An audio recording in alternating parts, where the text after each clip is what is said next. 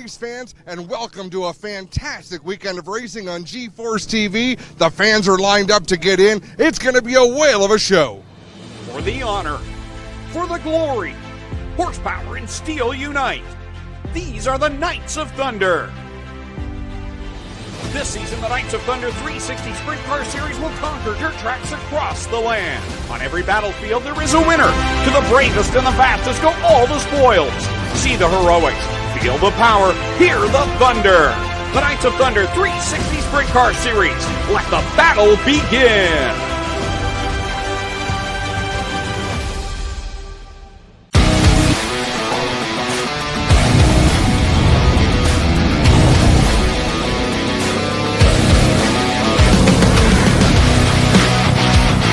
Good evening, race fans, and welcome to Humberstone Speedway, the Pinty's All-Canadian Weekend.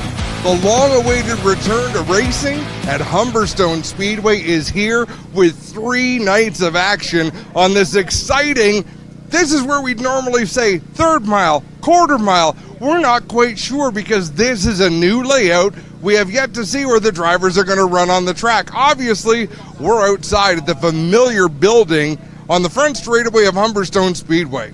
Everything you're about to see is going to be brand new, thanks to Terry Vince, who's taken over the racetrack and made some amazing improvements. Lots of exciting racing on hand tonight. I'm Adam Ross.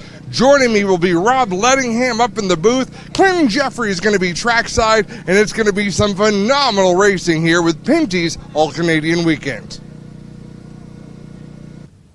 Well, the big story here is this right here, this guardrail in turn number 1. It's never been here in all the years of Humberstone Speedway's existence.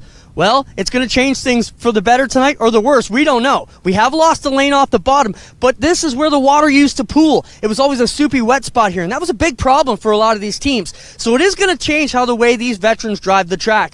We've got full classes of cars here tonight with the mini stock, street stocks, and the 2 classes of sprint cars. It's going to be an action-packed night, and you bet this is going to be the spot to watch tonight. I'm anxious to see what the drivers have to say about turn 1 here this evening.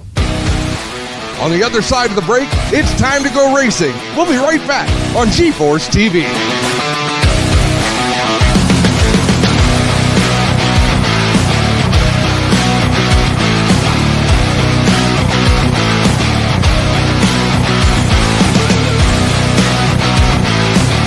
That's too many S's for my Spanish accent. Welcome to our online client. I don't know why I keep saying online. Only 2 more to go.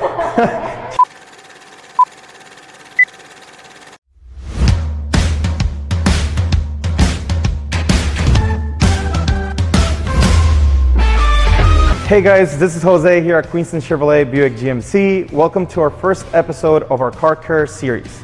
With fall season fast approaching, you'll want to prep for driving in the winter conditions. This episode, we're going to be talking about winter tires. So a couple of the things you want to consider when choosing winter tires is just to know your driving habits, what type of driving you're going to be doing, city driving versus highway driving. Also, a really helpful thing to know is your tire size. So winter tires are built differently than all-season tires. They are made from a softer compound, which allows for better control and improved stopping. So as you can see behind me, we do have a massive inventory of tires, and we do offer a price match guarantee. So please come see our experts here at Queenston Chevrolet.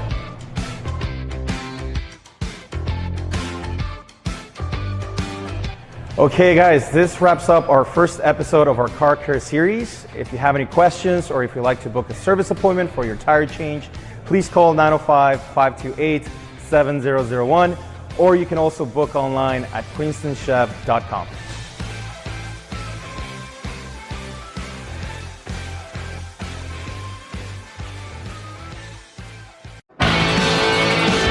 Well, good evening, everybody. Welcome to our weekly race chat. Adam Ross and Clinton Jeffrey are live and interactive every Tuesday night. Rivals Race Chat is your home for race discussion, debate, news, interviews, and more. They'll even take your questions and comments live on the air and talk to some of the newsmakers each week. Tune in every Tuesday night at 8 p.m. on G-Force TV.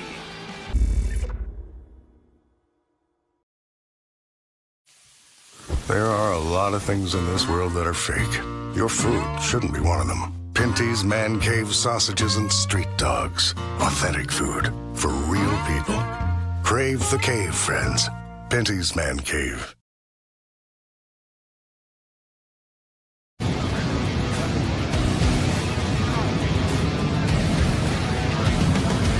It is a beautiful night to be a race fan here at Humberstone Speedway. Folks, I'm Adam Ross. Joining me tonight, Clinton Jeffrey is trackside up in the booth. A couple of special guests, Rob Lettingham, and the new voice of Humberstone Speedway, Steve Zabo.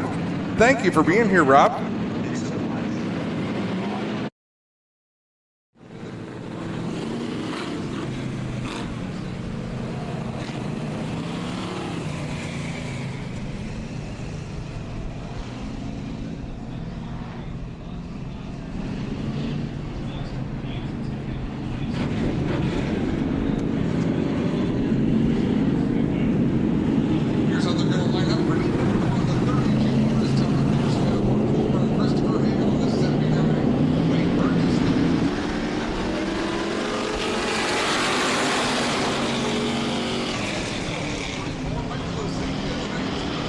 Gordon in the 48, and Zach Bleach rounds out the field in the 108. That's how they'll get started. Chris Hale off to a great start.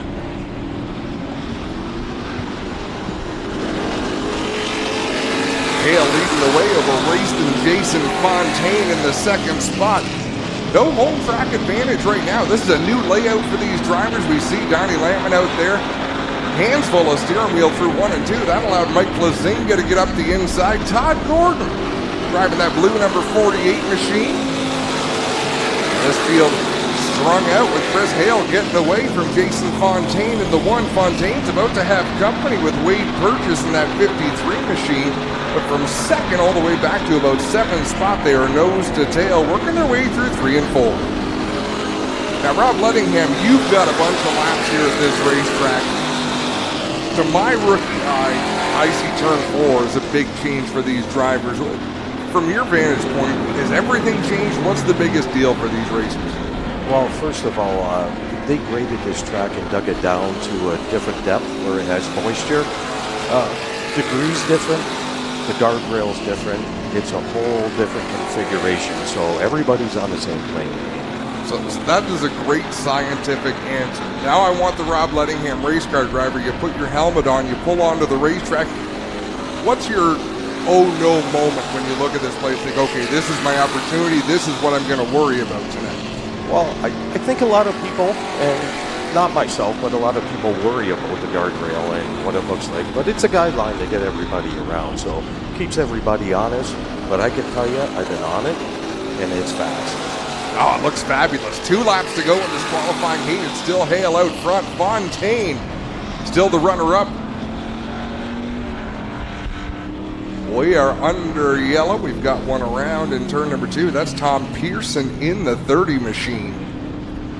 You know, with some of the conversation initially from drivers saying, boy, it's awful narrow now. But I'd like to remind people, Cornwall Speedway, for example, is much narrower and one of the most exciting places. Sometimes more racing room doesn't give you better racing or even less treacherous racing. I like this layout. I think it's going to keep the drivers up on the wheel and be fun to watch. I think once it gets in and it's a 2-lane racetrack, you're going to see some real good racing here. Back to green we go. Out in front, as we said, Christopher Hale, the driver from Guelph, Ontario, with the Fonz behind him. Jason Fontaine having a look to the inside, down in 1 and 2, kicks that car sideways in the turn. Side by side, they battle for 4th. That's Mike Plazinga on the outside in that 93K. Donnie Lampman, second generation racer whose father's car looks way too similar to his. Oh, Fontaine sailed it down into the corner. Wade Purchase looks to the outside. The inside opened up, and Mike Lazinga drives up the bottom. Checkered flag gonna wave. Write this down in the history books. The first checkered flag of the new layout Humberstone Speedway goes to Christopher Hale. Jason Fontaine second, then it's Mike Lazinga third, Wade Purchase fourth, Donnie Lampman fifth. Zach Bleach, Todd Gordon, Robbie General, and Tom Pearson. Steve, we'll get you in here a little bit. I know tonight you're sort of shadowing, checking out how things go. My sound disappeared for a minute. Sorry, folks. I developed a stuttering problem at the very same time. The sound disappeared there for a second. But great to have you in the booth. You're not new to racing, but you're new to this gig. Yeah, I'm not new to racing. I've been coming here since I was 15. I started selling programs here a long time ago. So it's not new to me, but it's new to me to be here in the booth, and I'm actually absolutely delighted to be a part of it. Well, I'm sure it'll be a lot of fun. Sorry, folks, a little bit of technical trouble with the microphone that Steve's wearing. On the pole in this one is the 25 machine of Kenny Sargent. Outside of row number 1, it's Jeff Larmont in the 601. Mike Thorne in the 55. Craig Hanley in the 26. The 37J is Jeff Bean. The 24 is Blake Bomberry Jr. Scott Dunn drives the 65. And Barry Beck Jr. in the 01. They're about to go green. Can you hear me out here?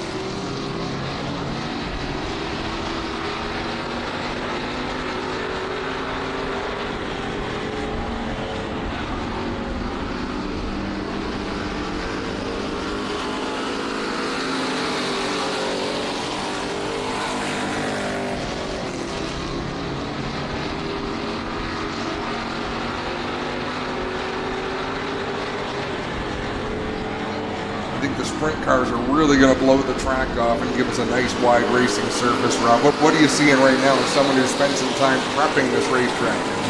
Well, I see the track coming in. When it's a new surface again, it's hard to blow the dust off, so it needs some wheels out there, and we're going to have a good night. You'll see the Packer trucks they use for these dirt tracks. They'll have 4 or 5 trucks out there, obviously with 4 tires on them. It's nothing like a field of 20 sprint cars or 20 street stocks out there to really get the job done. Kenny Sargent out front by about 12 car lengths as we reach the halfway point of this one. Oh, I'm sorry, 2 laps to go. My eyes never have worked all that well. Great battle for the second spot. Mike Thorne in the Burger Barn, number 55. Jeff Larmont in the 601. Craig Hanley in the 26. A 3-car battle for that runner-up spot. Then a bit of a gap back to the Barry Beck machine. Of course, Beck started shotgun on the field as we've got one doing donuts. That's Bean in the 37. Able to keep that car rolling. No need for a yellow. Checkered flag instead. Kenny Sargent takes the win. Mike Thorne second, and it's Larmont, Hanley, Barry Beck, Blake Bomberry, and Jeff Bean rounding out the field. Now, I sat at Sunset Speedway last week with Blake Bomberry, and he said they're fitting his dad up to come back racing. So I wonder if it's possible that's Blake Bomberry Sr. in the 24. We'll have to double check on that. Clinton is on the move. He is everywhere, so that'll be one of the missions he can work on tonight. Third and final heat race for the street stock division. Here's how they're going to line up. From Kaser Center on the pole in the number 28, it's Jim Lampman. Alongside him from Hagersville, the 3B is Devin Bacher. Second row on the inside from Harley, the 37 is Rob Hoskins. Alongside him from Belleville, the 03 is Justin Ramsey. The 49 from Hagersville, that's Dave Bailey. And the 11 machine out of Thorold, that's Go Fast Teeple. Brian General drives the 13.5, and it's Bryce Richardson from Port Colborne in the 11R. That is your lineup for this third street stock qualifying heat.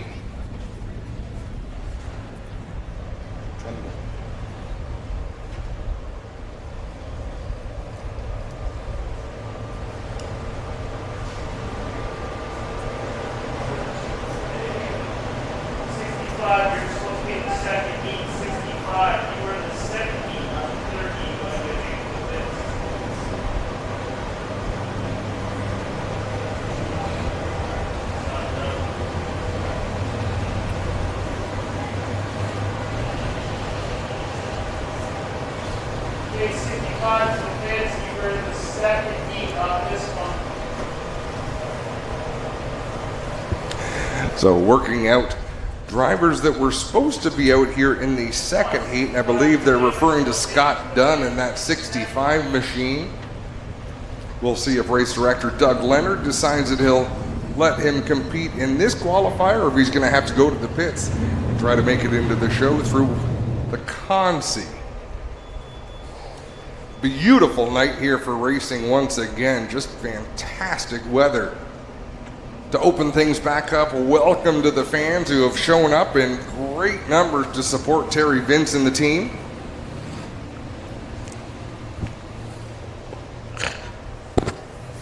It takes a big team to make the improvements that Terry Vince has made. Of course, the track sat closed for quite some time.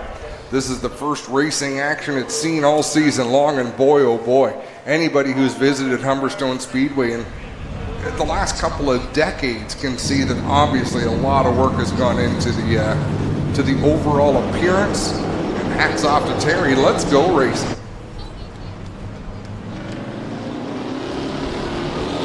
Well, Lampman will take it off into one, Adam. Bacher getting a tag in the back end of Lampman there, and they get together. Working now almost 3 wide down the back straightaway as they battle for third. 3 deep, Bailey on the inside. Talking to some of the drivers beforehand as Go Fast Tebow goes around, and boy, oh boy, he gets collected pretty hard by the 17 machine. And Jeff Humphreys there with problems, but the nose looks all right. But you see Tebow's got the bumper missing in turn number 3 here, and we'll get up there and take a look at that. Bumper has gone away from the car, Adam, so if he drives over, he might have some problems. If he knows, he might try and back up here. And wisely, Tebow is waiting there, and I'm not sure if he's waiting for the crew to show up and tell him what the damage is, because like you say, Clinton, if he drives forward, he's liable to cut a tire. We're having a replay for those watching from home. And this will be a great view going down the back straightaway. He was all by himself. He sailed it in pretty deep, made some contact with Devin Bacher. Rob, how many times has this been you that the 2 cars right behind you, if you have an incident, they see what's happening and they fan out, and it's the third one to the party that wham, nowhere to go? Absolutely. Sometimes some of these cars are really hard to see through, and when that stuff goes down in front of you, it's like, uh-oh.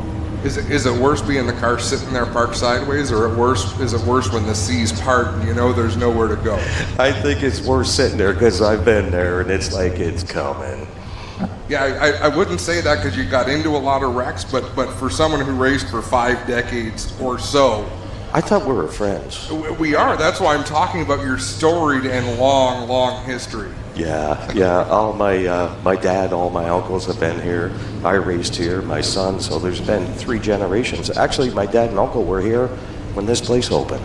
And you're here when it reopens for the big weekend. How awesome is that? I'm so happy to be here. You know what, with COVID and everything, it is so nice to see your friends, the race cars, at the racetrack. We're having a ball. I'm living the dream, buddy.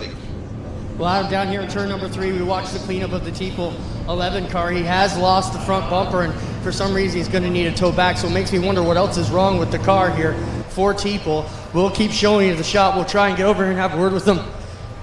The plaid paint scheme for... Teeple. Sorry, Adam. Yeah, go. But Teeple, why are you out of this one? You lost the bumper. Why are they towing you in? He don't want to talk, so we'll give it up for Teeple. He went in there with a big head of steam on that right front.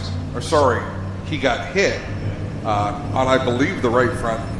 So quite possible the steering wheel is not pointed the same direction that it was. Or maybe he's just taking his ball and going home. But he knows they'll give him a ride back.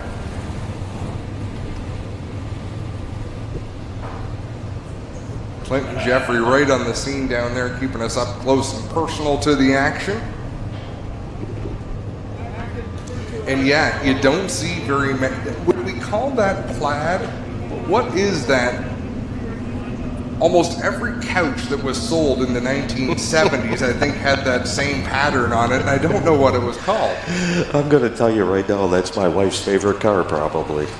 Well, it's catchy. But his luck has not been fabulous in a couple of races that I've caught this season.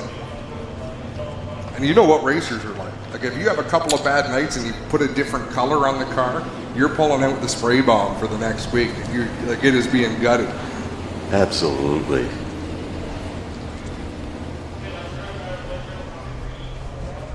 All right, next time, Bob, we're going to go back to green with Lampman on the inside. So this is the father, Jim Lampman, of Donnie Lampman and the other 28 machine. Outside of him will be Rob Hoskins in the 37, then a couple of the hottest drivers in street stock racing, Dave Bailey on the inside, Justin Ramsey up on the outside in that 03, all the way from Belleville.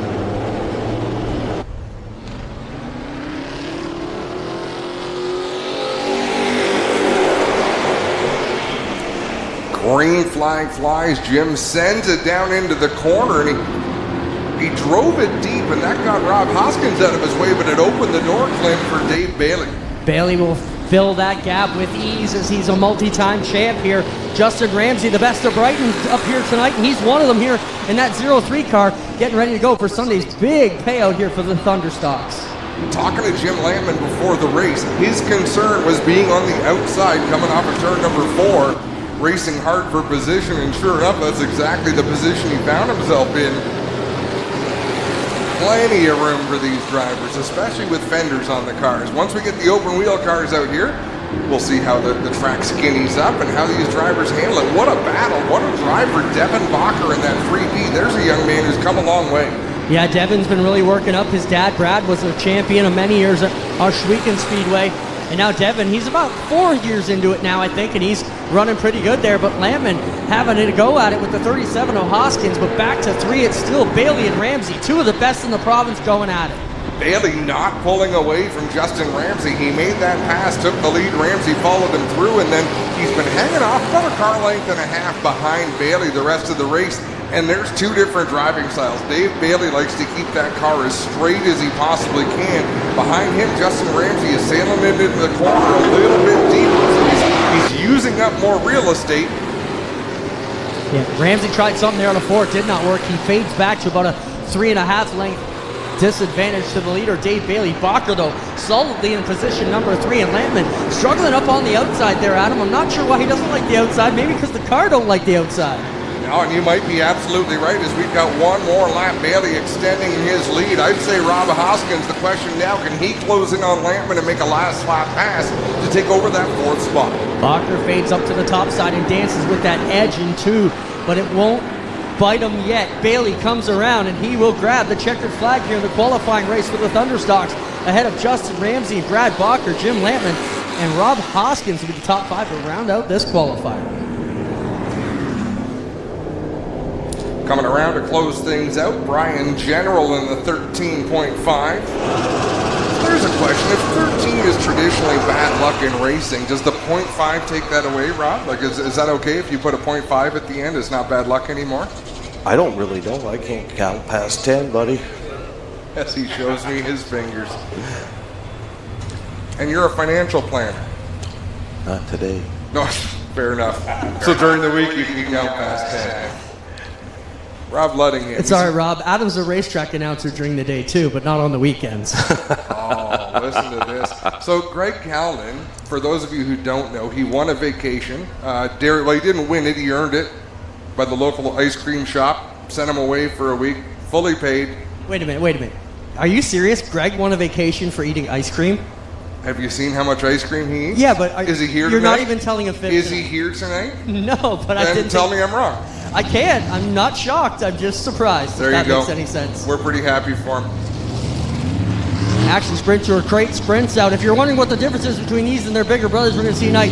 These are the same engines with a couple of small adjustments to them that the Thunderstocks run. So smaller motors, more affordable. They run about 10 grand for a new motor in these cars, and some of the Stars cars are about 50, 60,000 US. So quite the difference, Adam. Give us the lineup for qualifying race number 1 for the Action Sprint Tour. I will so. On the pole out of Rockwood in the 94 is Ryan Fraser. On the outside, row number 1 from Thamesford. The 7 is Eric Gledhill.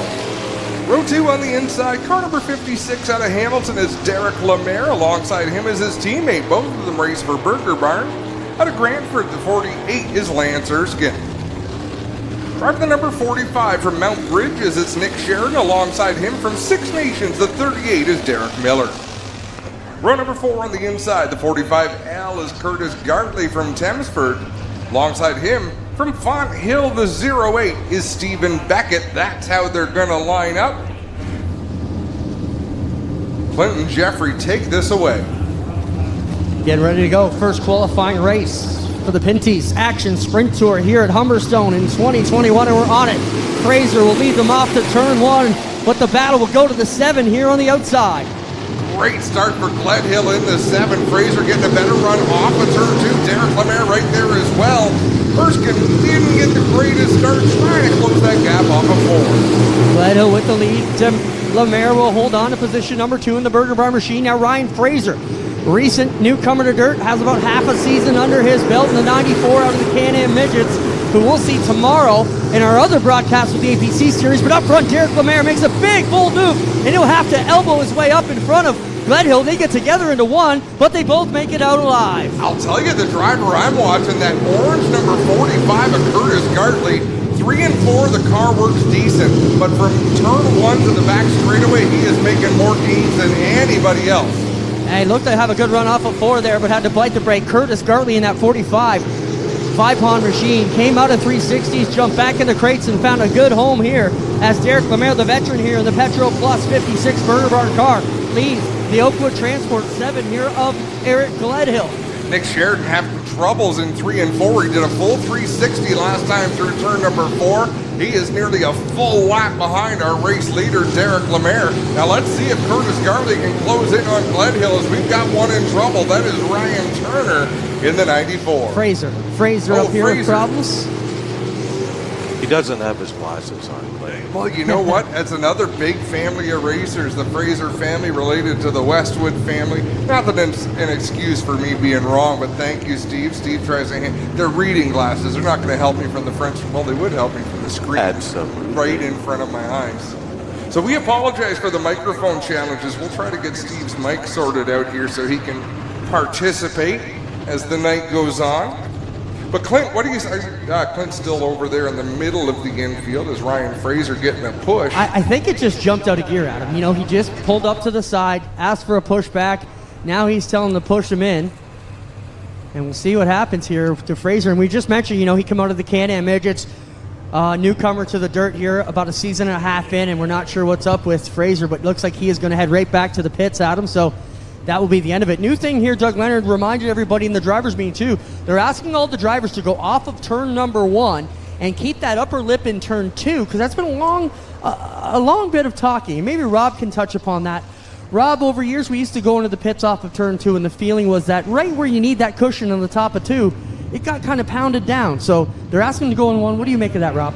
I absolutely agree with you. The problem is when they run down the cushion like that, you can have the car set, get 3/4 of the way through the corner, and you get a big slick spot. So it'll keep the berm going all the way around, we hope, because we want to have a berm tonight. For sure. Here we go. Derek Lemaire back on the loud pedal. Doug Leonard wasting no time. They get by the WeldStar Fabrication Restart Cone, and we're off to 1. And look at Derek Miller, Adam. He won the B-Main at Maryville, getting his program together, and he looked good going around the outside of Erskine and Sheridan. Derek Miller doing a nice job there, working into the top 5. Curtis Gartley looking for racing room under Gledhill. He gets a bit of a push going down into 1. Stephen Beckett right up on his tail, and Derek Martin gives away those spots he worked so hard to gain. So it is Lemaire with a big lead out front of the Gledhill 7. 45 of Curtis Gartley trying to hold off the veteran Stephen Beckett, who jumped into the crates in the early years and now finds himself one of the longtime competitors here in that 08 car. Checkered flag in the air. Derek Lemaire takes the win in the Burger Barn Petro Plus 56. We got trouble there in turn number 4. 1 car around backwards. It's the 45 of Nick Sheridan, Adam, and you know, as you mentioned, Nick's been struggling here tonight. And not what we normally see out of Nick. We saw him get the call up to the Steyrs ride that Matt Williamson is going to drive tonight.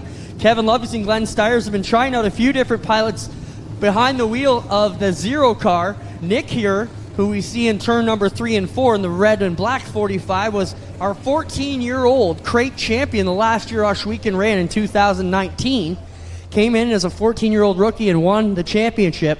Great future ahead for Nick, and we mentioned our show tomorrow that we'll be doing live on G-Force. Everybody else will be here at Humberstone, but we'll be at the APC race, and young Nick will be changing right front tires for his brother Jake Sheridan in the APC Late Model Series. So we'll follow this story. Great racing family. Father Ron, of course, a veteran of the Cast Car division, and storied history. We're happy to have him here with the Action Sprint Tour. They drive fast, they talk fast, they are a racing family for sure. As the Pride Seeds number 45 gets pushed off there in turn 4, he'll drive it back to the pit area. That'll make way for heat race number 3. And you know Nick's not going to be happy about how that one ended for him, but we'll watch how it plays out here. He will definitely be headed for the B main, and a long way to go for young Nick. Passing points are in effect here also, ladies and gentlemen, for the sprint cars, meaning it's a calculation on where you start to where you finish, and if you're going forward, you're going to be in a better spot for the feature than you would be if you were being passed. And here comes the next round out for the Action Sprint Tour. Heat race number 3, we've got 4 heats on tap tonight. Here's how they're going to line up. On the pole out of Hamilton, the MS Road Solutions DJD Graphics 12 Double D is Darren Dryden. Outside row 1 from Beachville, the Casserole Edge. To Groot Hill Chevrolet, number 5 is DJ Christie. Starting third from Oswegan, the JR's Riverside Bait and Tackle. Number 77T is Tyler Paulus. Alongside him from Thamesford, the Oakwood Transport AV Utility 14 of Larry Gledhill. Row 3 on the inside from Port Colborne in the Maverick Real Estate Dow Auto 5D is Jacob Dykstra.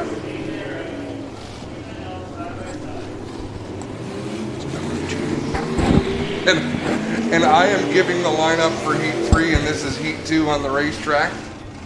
But man, things were going so well. Jeff, you're going to have to throw things at me because I can't hear worth a crap. So throw rocks when I start doing dumb things. Jeff, you could tell me, I can give him one. Let's give you this lineup instead. On the pole in the 7-Star Express line, number 26X out of Ancaster is Terry Baker. Alongside him from Brantford, the National Building Group, 49L of Lucas Smith. Row 2 on the inside from Bowmanville is the 31 of Dale Curran. Alongside him in the 69 out of Oswegan, Joshua Hill. Row 3 inside from Port Perry, the Town Line, MFG Brass Inc. 4B of Darrell Peltier. Starting 6th from St. Thomas, the Oakwood Transport Wells Foundry, number 4 is Jesse Costa. Starting 7th from Waynefleet, the Sundance Pressure Washing Castle Plumbing, BS 39 is Brett Stratford, and the number 20 from Six Nations, Styes Tree Service and Ram Dynamics 20 is Johnny Miller. That's what I get for looking at my screen instead of looking out the giant glass window in front of us. Here we go, Terry Baker gets the jump here on the 49L of Lucas Smith, who will be driving that 0 car we just talked about tomorrow night as Matt will be back behind the wheel of the modified. Here comes Stratford on the bottom. He's already picked up 1, 2, 3, 4, and working on Jesse Costa. Stratford working that guardrail. He'll get around Jesse Costa, set his sights on the 31 machine. Stratford was here at the open test they had on Wednesday, and it's working out for him here. Felt great after the run at Maryville. Now he'll chase down another newcomer, Dale Curran, 16-year-old Dale Curran in the 31. Stratford running the inside beautifully, but we've got a pass at the front. Lucas Smith around the inside of Terry Baker. Baker back to second. They've got half a straightaway over Brett Stratford, who's just gotten around Curran, and rounding out the top 5 is Jesse Costa in that number 4. Wow, Brett Stratford going to need a big basket to carry home all the passing points he just picked up in this one. Lucas Smith will be on the move too. He will be one guy to watch here tonight. Terry Baker also had a solid run at Merrittville. So the top 3 guys in this one are going to be 3 of the guys to watch here tonight. Terry Baker ran so well at Merrittville, Clinton. I thought he might have put Mike Bowman in the car like he had last year, but he's looking great this season, having a good second place run. Lucas Smith, since taking the lead, has pulled out a few car lengths, but he is not driving away from the 26X. Yeah, Baker was only mildly upset with you. No, Lucas jumps the cushion, nearly puts it in the fence, nearly gets into Baker and has to back out of it, and they make it through turn 1. That was a ballsy move by Lucas Smith to come all the way back across the racetrack. Terry Baker wisely and politely backed out of it. He'll settle for that second spot at the white flag because he had a big head of steam. One more to go for Lucas Smith. One of the up-and-coming guys. You're going to have to watch out for him. Certainly going to be a threat on the tour this year. Finished second to Jacob Dykstra at Merrittville after walking through the field. Checkers out for Lucas Smith, Terry Baker, and Brett Stratford. I believe all of them will be headed for the redraw. We'll have to watch how it plays out for Dale Kerr and Jesse Costa, the Iceman Johnny Miller, Hill, and the B at the back.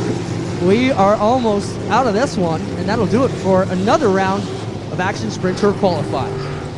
And that was heat race number 2. Daryl Pelche at the back in the 4B. And with Oshweekon being closed, these guys, this is their only chance to get out and run these crates. Is out with the Action Sprint Tour this year. I want to thank everybody from Pinty's for the support, get behind it, and all our other great sponsors who help us get to the track, of course. And want to welcome everybody here live and watching at home on GeForce TV. And folks, if you're here live, we strongly recommend grab your phones, GeForceTV.net. Go on YouTube, search up GeForce TV. We got a great camera crew here tonight, so quite often we have 1, 2, 3 different vantage points for these replays. So if you see it and you want a better look, maybe you're looking the other way and you missed it, tune into GeForce TV. Even if you're in the grandstands, you might just enjoy it. Heat race number 3, here's how they're going to line up. Did you not already announce these guys? I did. They're getting twice as much coverage tonight. Thankfully, my neighbors here in the booth were able to set me straight by the time I got to the 4th row out of 4. So Darren Dryden on the pole in the 12 double D. Alongside him is DJ Christie in that 5 car. The 77T is Tyler Powless. The 14 is Larry Gledhill. Jacob Dykstra drives the 5D and Adrian Staley in the 50 LS from Kitchener. Rounding out the field from Oshweekon, the Canada Fuels Nitro 54 Variety number 9C is Brian Nanakoke. And from Ancaster, the Hallett Home Improvement sponsored number 51, our school teacher, Trevor Young. Darren Dryden will be the pole sitter. He'll get lined up on the inside of the row going into turn number 1 outside. DJ Christie, another second generation driver. Dad Jay spent a lot of time in the late models, and look at that, Adam, a bit of head games there. Dryden running him up a bit high on the pace lap here. Not hugging down the rail. Maybe Dryden showing a bit of foreshadowing on where he plans to put that 12 when the green drops. Yeah, we've talked about this over time, Clinton. It's fascinating how many champions, and I can't see this start. No, there's no way. The white flag is up, and DJ Christie just stood on it, and I can see Doug Leonard in the tower going, that ain't gonna work. But there's so many champions in this division. Like, just at quick glance, without having to ask, I can see Brian Nanakoke, Adrian Staley, Jacob Dykstra, Darren Dryden, and DJ Christie have all been champions. And that's not saying that Larry Gledhill and Tyler Powless haven't been. I'm just not sure. Larry Gledhill out there in the 14, a 62-year-old rookie playing with the youngsters here tonight. Tyler Powless nearly gets around. He pulls it back in. Trevor Young at the back battles with the burn. But up front will be Darren Dryden off of turn 4. Clean and smooth up to the outside. Jacob Dykstra with a big move to the inside of DJ Christie through turns 3 and 4. Move Dykstra up to that 2nd spot. Gledhill gets up off the bottom. That opens the door for Adrian Staley. Dykstra trying to find a move, and he'll get the bottom here. And that may be all she wrote for Darren Dryden. You can't give up the bottom to Dykstra. He knows his quick way around, and now Dryden will point the nose of the 12 to the bottom, but to no avail as Dykstra drives off towards the sunset. Much like when we saw Dave Bailey and Justin Ramsey, Jacob Dykstra just running a very efficient, smooth line around the bottom of the racetrack. That line will be there all night long, just not sure it's going to be that quick as the cars keep pounding on that inside groove. But time will tell what the track does, Clint. Dryden with trouble on the outside. Christie running a smooth line in 3. Gledhill steps off the backside of 4. But up front, it's still all Jacob Dykstra with a half a straightaway advantage out front of Darren Dryden, who holds the same margin back to DJ Christie. Trevor Young's picked up a couple of spots just by keeping it on the track, running a steady pace.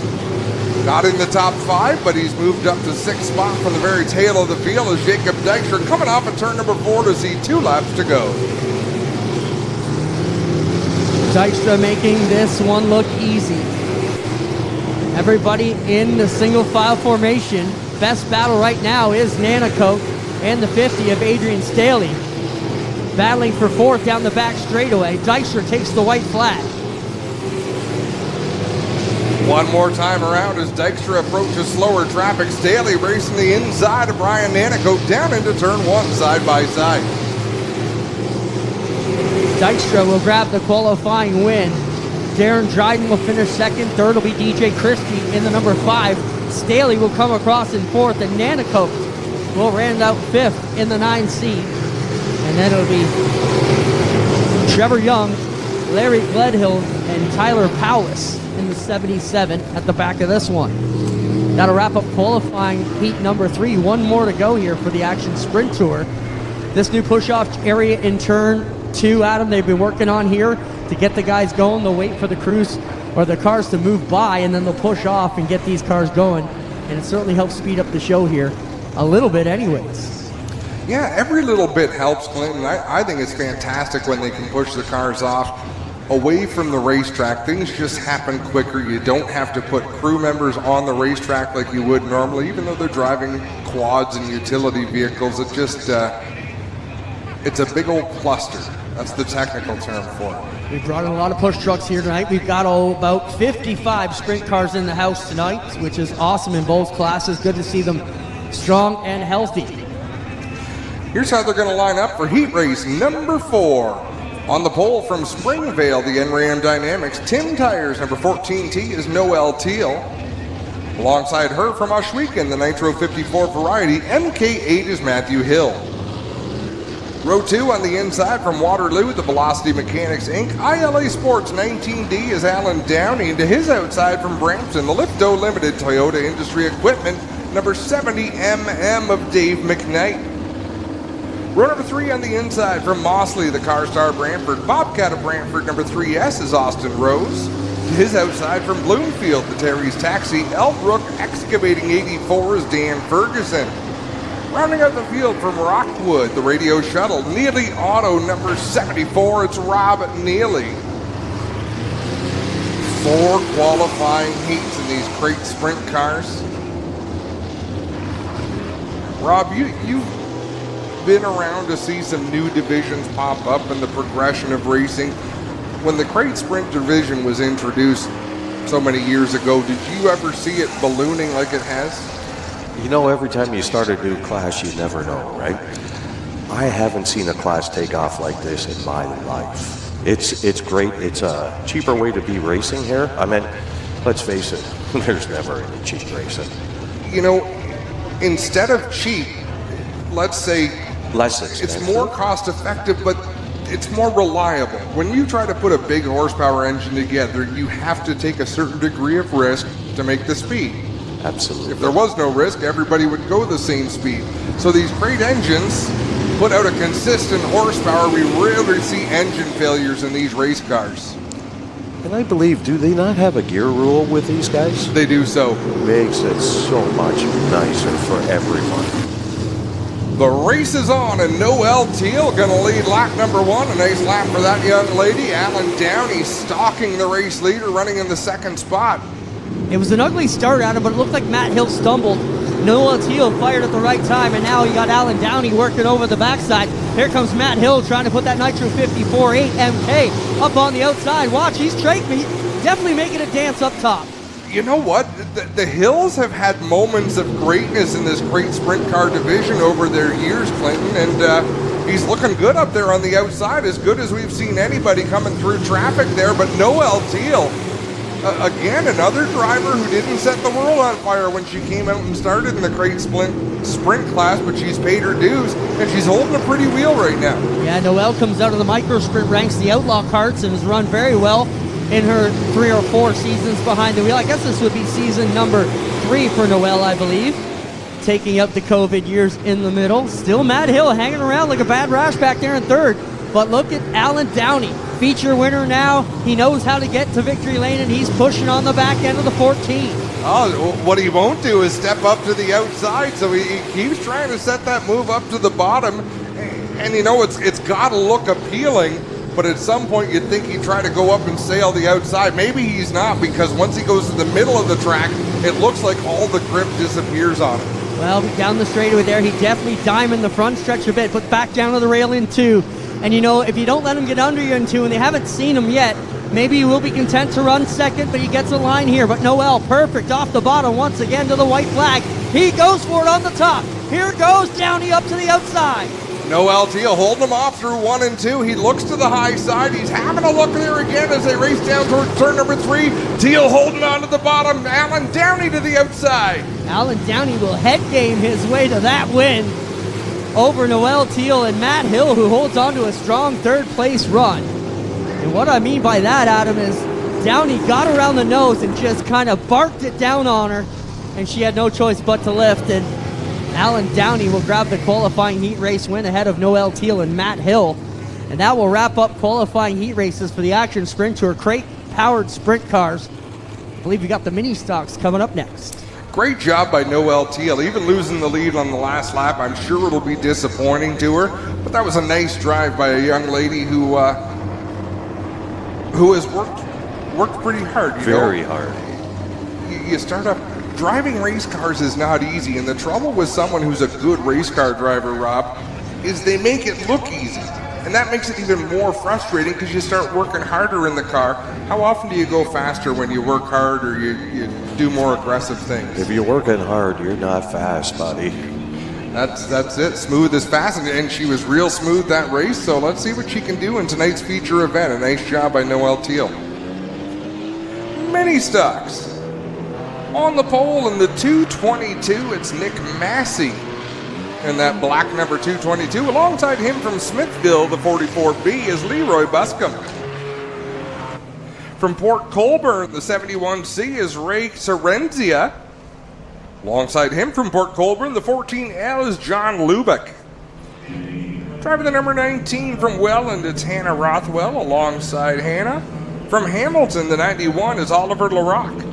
Rounding out the field from Waterford, the 46 is Wade Thorne. If I'm not mistaken, Wade Thorne and that crew towed up to Sauble Beach on Wednesday night to run their midweek special there.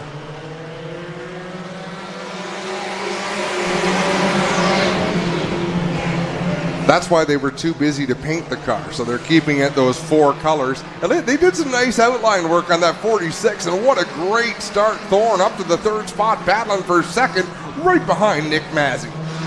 Massey with the bottom in the 222, the 44 working on the outside. Vlasic up there, and they nearly get 3 wide. Thorne thinks about it down on the rail.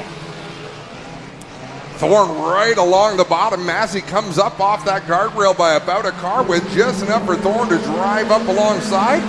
But Massey with a better run off of turn number 2. He'll maintain that lead. Massey with a strong run off the bottom. Thorne holding on to 2nd and working up on the outside. Hannah Rothwell getting her start here. They've had some problems with that car. Dad Kyle said we're going to get it running and hopefully they can make it through the night here. Had some starter issues and a few other things going wrong, but she's looking good straight out of the go-karts as Nick Massey comes around for another one.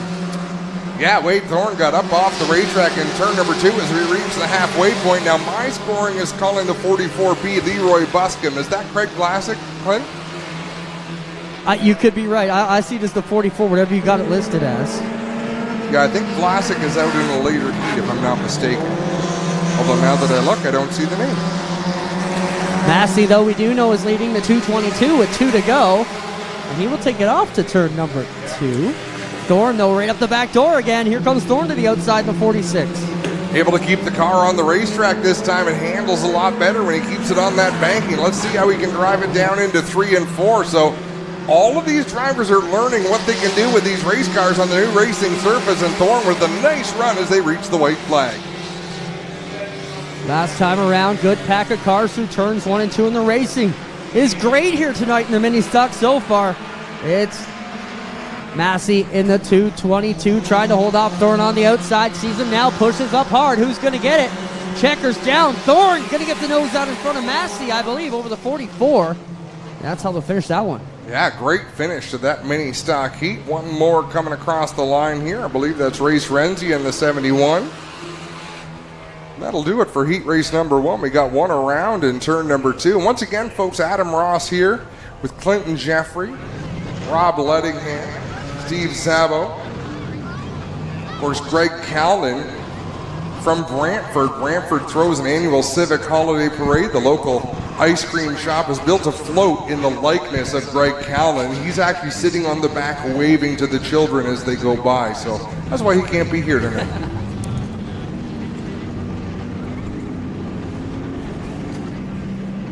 I want to see how many ice cream related stories I can tie Greg Callan to tonight, Clinton, if you're wondering what I'm up to.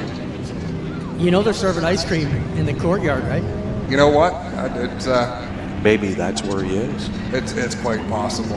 He'll do anything for ice cream. Next qualifier on the track. Here we go. Out of Hamilton, the number 5 is Brian Aubie on the pole. Alongside him in the 96 out of Thorold is Tyler LaFontese. Row 2 on the inside. I don't have a hometown and I should know it. The 24 is Rodney Rutherford. Alongside him from Caledonia, the 21X is Mark Bazine. Row 3 on the inside from Waterdown, the 01. Gibbs Action Sports entry of Tristan De Silva. From Powassan, Ontario, the 3A is Kevin Aubie. And from St. Catharines, the 519 is Rob Shaw. One car missing that was in our lineup. So 6 cars going to take the green flag in this mini stock qualifier. Obey will drop like a stone here in that 5 truck. And LaFontese, or LaFontese, as we've been told it is, will work down the back straightaway. 21X Bazine working there on the backside. 24 to the bottom. Here we go. Rodney Rutherford in that black and white number 24. He shows up everywhere, driving every different kind of race car. LaFontese off to turn number 1 and 2 with the advantage here over Rutherford, who was excited to get that car out, was posted on social this week. Behind the 21X, trying to drive up the inside, right up the back bumper here of the Rutherford 24. Yeah, that Burger Barn machine of Mark Bazine. And how about the Let's Landscape Together Gibbs Action Sports 01 of Tristan De Silva? They sat out last season, Clint. I don't think they raced at all last year because they made a big post about how exciting it was to be going back to the racetrack. Good to see him on track tonight. For sure. LaFontese trying to hold off Rutherford, who pulls up to the back bumper. You know, these guys are enduro guys too. We've seen Rutherford win all the big enduros around and taking his shot to try and pull down some cash here tonight. But Bazine still hanging around the inside in that Burger Barn 21X on the bottom. Great three-way battle for the lead as they work up at turn number 4. LaFontese out in front, but side by side now for second. Bazine alongside Rodney Rutherford. He'll try to clear that 24 down into 1 and 2 and maybe even mount a challenge on the leader. Yeah, Bazine is quick, but hasn't been smooth in this one, but he's still rolling in the second spot. Can he make a move on LaFontese, who is one of the better drivers here for many years? Tyler's been up and down throughout the class. His white flag is out. Bazine just got all sorts of loose. He's going to have to worry about Rodney Rutherford. How did he get that loose and still wind up just a car length or 2 behind LaFontese in the 96? One last time through 3 and 4. Well, that's a rear-wheel drive versus a front-wheel drive leading up front. And Tyler will get it done in the 96 with the Twisted Metal Racing crew ahead of Mark Bazine and Rodney Rutherford. De Silva will come across in 4th to wrap up this one. This is just what we like to see, Clint. Exciting heats, but uneventful heats. You don't see people getting too torn up. You always want to see them racing hard, but if there's going to be a crash, I prefer it to be in the features when they're driving for the money, Rob. The big bucks are on the line. I'd prefer it never to happen, buddy. I paid a bill on mine. All those, do you pay the bill on yours? Absolutely. All those years driving for other people, didn't you? Quite a few years I did, but quite a few years on my own as well, too. Oh, boy. Other people's money is way more fun to spend. Do you think like your show might be interested to put a sticker on my late model? We can't. We love money. I've got my own money sucker at home. On the pole of this mini stock heat from Niagara Falls, the 44 is Danny Worster. Alongside him from Welland, the 114 is Kyle Rothwell. The 7B is from Beamsville. That's Sean Cuse. Alongside Sean is Jordan Denabriga from Port Colborne in the number 7. From Ancaster, the number 16 is Fabio Oliveri. From Smithville, the 6X is Mike Sarantakos. Rounding out the field in the number 3, it's Courtney Cockridge. There were no Jones or Smiths in that heat. Like that was one got to exercise your mouth before you introduce some of these. or at least I should pre-read them so I know what's coming. You know what's really good? You got the Heat lineup right this time. It's the right cars on the track for the names I put with them. You know why we brought Robin? Because he wouldn't be able to, afraid to throw daggers at you either, Al. No, and unfortunately Greg Callan couldn't be here tonight. It's the annual Brant County Soft Ice Cream Festival. And they put all the best soft ice cream eaters in giant bathtubs and see who can eat their way out. You do know you're going to have to sit beside him all day tomorrow and take the beating, right? That's all right. Greg's by the campfire writing as many jokes as he can right now for tomorrow. He better brush up.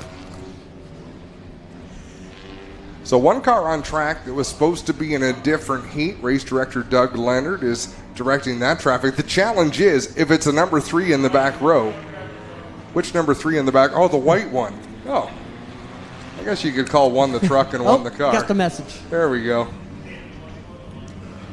So we get set to go here. White flag should come out this time. Caution lights go off.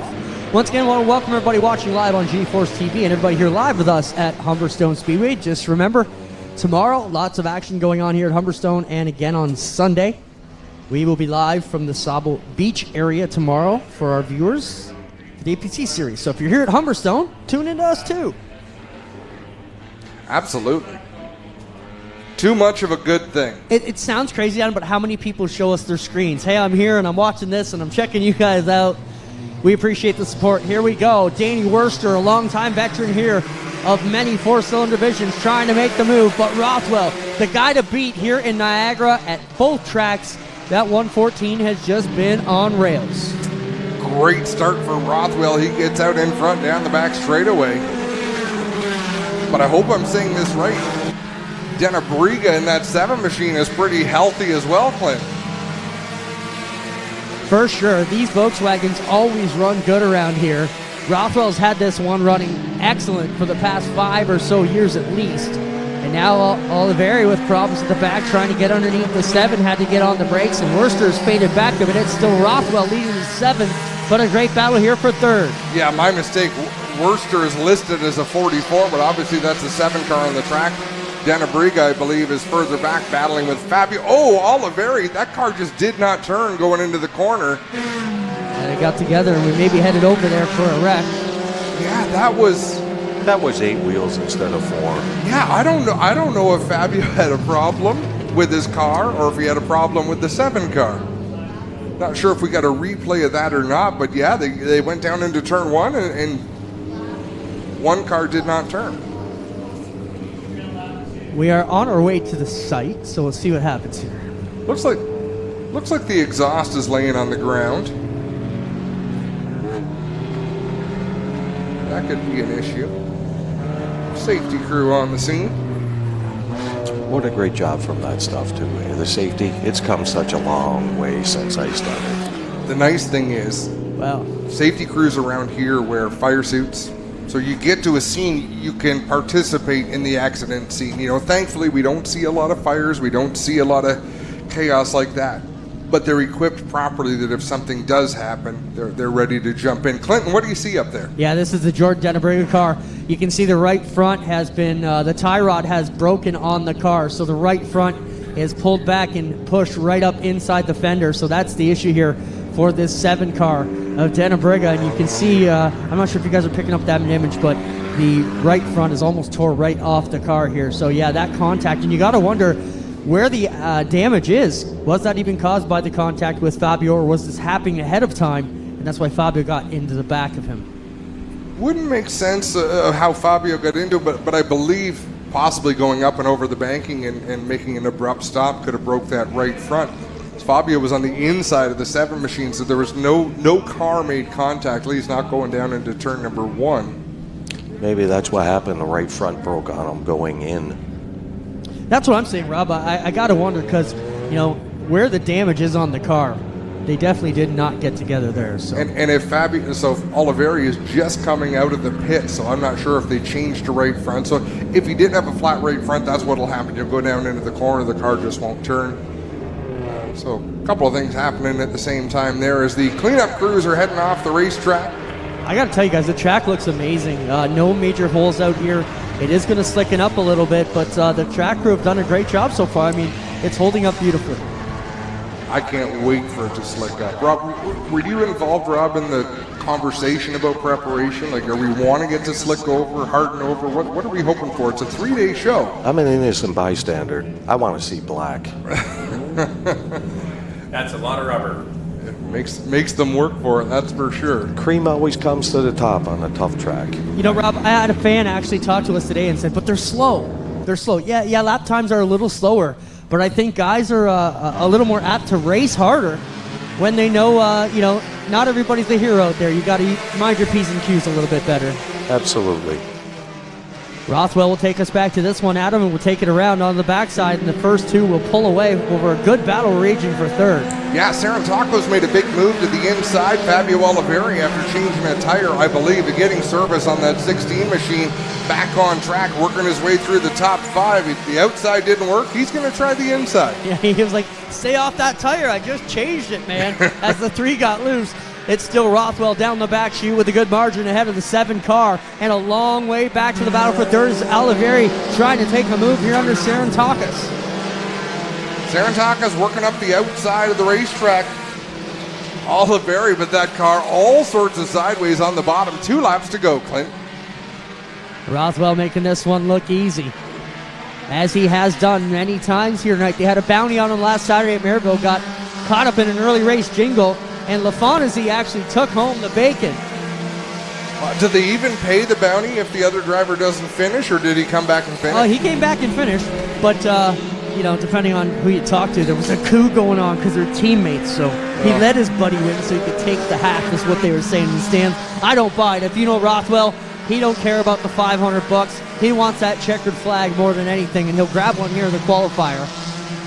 Worcester comes home second. Sarantacos picks up third after Oliveri had a problem coming off of turn number 2 on the last lap. And Kevin Obi, I believe, rounding out that top 5. It is time for more sprint cars, folks. These are the 360 sprints. As Rob mentioned, it takes a bigger budget to run these cars. These are purpose-built, high-performance 360s. Volatile, Rob, is that? I would call them big boy toys. You got Won't that? you? Yeah. Well, no, we can't, because... Why, we got short guys? The first You're not going to make a Rico joke, are you? No, the first driver we're going to see is a lady from Dorchester. Oh, sorry. So no big boy there, driving the Malcolm's Mills mill riding Ohsweken Speedway number 1. It's Holly Porter. Wow. Alongside her from Grimsby, the Bowens Automotive Image Factor number 90 is Travis Cunningham. Row 2 on the inside, the Signal 88 Security EMS Towing number 70 from Niagara Falls, it's Bailey Hurd. Starting 4th from Charing Cross, the ERW Contracting Southern Ontario Motor Speedway. Number 9B is Scott Burke. Starting in 5th from Dunnville, the Kingpin Farms Burger Barn sponsored, number 91 is Ryan Turner. On the outside from Ohsweken, the Nitro 54 Variety, number 15 is Dan Nanico. Starting 7th from Picton, the Terry's Taxi Elbrook Excavating number 84 is Tyler Rand. And rounding out the field from St. P, Quebec, the 3G, Dale Goslin. Good to see them all making their way all the way from Quebec. We've got a few of them here tonight. Jordan Poirier also we will see along with Dale Goslin. I think there might be one more traveler up from Quebec. Here comes Holly Porter late out of the pits in the number 1 car. And she is headed for the pole position, I do believe.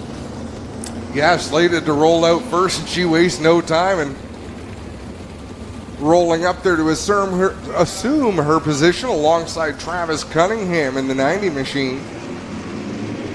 You know, Holly out of the Outlaw Micro Sprints the past few years, also out of the Crate Sprints. Getting this ride here with the Steyrs Racing team, Travis Cunningham. Low budget, single car team here, trying to work it together in the 90. Then you got Hurd out there also in the 70. Those guys can barely get that car in their garage, Adam. They have to take the wheels and wing off to even put it in the shed. Talk about shade tree mechanics. Then you got Scotty Burke on the outside from the western part of the province. Of course, the always tough Burger Barn 91. Ryan Turner outside him. Dan Nanicoke, Hodge, the 84, Tyler Rand, Goslin in the 3 out of Quebec. full field, and here we go. Holly Porter on the make with Travis Cunningham, and she'll get the lead into one. Man, oh man, there was a back and forth cat and mouse there between Holly Porter and Travis Cunningham. Neither driver gave an inch, but it's Porter out in front. Boy, oh boy, you can see the horsepower coming out of these sprint cars. Hannah Cook off the backside of 4. He'll fade out. Holly Porter into 1. Cunningham up to 2nd. Bailey running in the 3rd spot. And that Bailey Hermachine. Oh, and Burke goes around right in front of Hodge, who will get out of the way, and we're able to fix this one up and not get into one another. We'll go down and give Burke the push he requires in that 9 car. Holly Porter leading in the number 1. That's a tough position to be in, Rob, when you've pitched the car into the turn and you're wheeling it, and all of a sudden you're looking at a driver right in the eyeballs. Sad part is, you know what's going around when you get to the point of no return, right? So thankfully, Scott Burke able to have a harmless spin, and Dan Nanicoke with the wherewithal to redirect his race car to the outside. You know, guys, when I look at the bottom of 1 as we drove by there, you can see that the bottom is still very tacky. So that inside lane, thankfully, has a ton of grip and bite. So the drivers that are pushing it hard down on the bottom are not going to slide up into the outside groove. But it is a little bit rough there, so they're having to feather their way through the bumps a little bit. Not really bumpy compared for what we've seen in other places, but still something they're going to have to deal with there. Well, it looks like it's in good shape. What we're seeing there, Clinton, Rob, correct me if I'm wrong, is the arc going into 1. You don't want to be down in that spot to the inside. There's just not, it's too sharp a turn if you're down there in the tacky stuff. By the time you get to where the guardrail really turns towards turn 2, you'd have to make a pretty sharp left-hand turn. Absolutely. You can actually see the groove coming in there. Like they're about a lane and a half off the bottom where you want to be, so you can tuck her in really tight to the guardrail and blast her down the back chute. So you want, right where Holly Porter is now, that's when you're going to start pitching the car. If you want to run the guardrail, you're not going to get to the guardrail until where she is right about now. Exactly. Right? So you've started into the arc of the turn. That's where you're going to try to keep the left front as close as you can to the steel, not let anyone to your inside. That's when you really dance on the throttle, and probably a little bit of brake too to keep the car as tight to the wall as you can keep. That's when it's sweet, buddy. No better feeling than that. When you do it right. And you know what? We're all humans. We make mistakes. Speaking of making mistakes, we were at another dirt track that runs guardrails on the inside, and we had a camera, a speed shot. Clinton, did you put it there? I did. In turn 3 and 4, and that thing was a punching bag all night long. It got hit about 4 times. There you go. For those of you watching, yep, that's the location of the camera. With the speeds they carry through the turns here, I don't think we're going to see that one get clipped, but I've been wrong before. Let's hope it doesn't. That's exciting to watch. It didn't hurt the car. Thankfully, it didn't hurt the cars. That's the big concern. Well, for anybody watching, you have to go single file past the Weld Star Fabrication restart cone on the outside. Here we go. Everybody so far cleaning by, and we'll go. Look at Burger Barn 91 of Turner trying to make the move down low on the 70 of Bailey Hurd. And the inside, it must be really appealing for these drivers, because we saw Alan Downey spend the whole race digging on the bottom. Ryan Turner seems committed to the bottom. He'll make the pass on Bailey Hurd for the 3rd spot. Holly Porter, though, still holding it straight and smooth in the Humberstone Speedway. Malcolm Millwright, number 1 car. Hodge again off the backside of 4, and he'll try and keep it going, but up front it's Cunningham trying to hold off the 91 of Ryan Turner. There's no quitting. Dan Nanicoke out there. A little bit of sparks coming off the brakes of that race car as Holly Porter comes off turn 4 halfway through this qualifying heat for the 360 Knights of Thunder sprint car. 4 laps to go for Holly, and she looks good out front. Nobody even close right now. It's Cunningham trying to hold off the challenges of the Kingpin Farms 91 of Ryan Turner. Cunningham straight off the backside. Trouble in 3 and 4, synchronized spinning as Bailey Hurd goes around at the same time as Dale Gosselin. They were racing in close quarters down there. Bailey Hurd nosed into the guardrail here in turn 3. They'll have to push backwards and then get him pushed off. Now, Clint, I tend to believe that this racetrack tonight, Holly Porter loves running slower on the bottom. You know, when we go to Ohsweken, which is a wide racetrack, and people like to wind them up on the top, as things start to even out, Holly Porter is always one of the first to make the bottom work, you know, sort of finesse it around the inside. This could be the kind of racetrack where she could see some real success tonight, Rob. I don't know if you noticed the last couple laps when going in 3 and 4, she's about middle of the track now, so it's starting to come in too. So I think we're going to have hopefully 2-3 wide racing. Wouldn't that be awesome? Oh, there's no doubt about it. I see no reason why we're not going to have that. Things are looking great out here.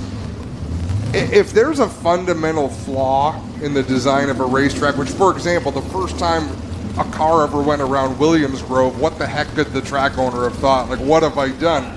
But they figure it out, right? You figure out a fast way. It's still a pretty tough joint. Yes.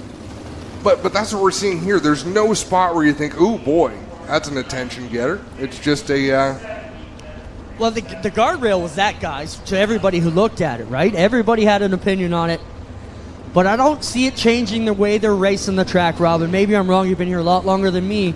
The lines look the same. I don't see a dramatic difference. No, the only difference really that I notice is the track without the dust, and it's coming in, and hopefully it'll lay down some rubber with these big guys out there. And who knows, maybe they'll be doing some track prep in intermission. Oh, we don't know. We don't like that.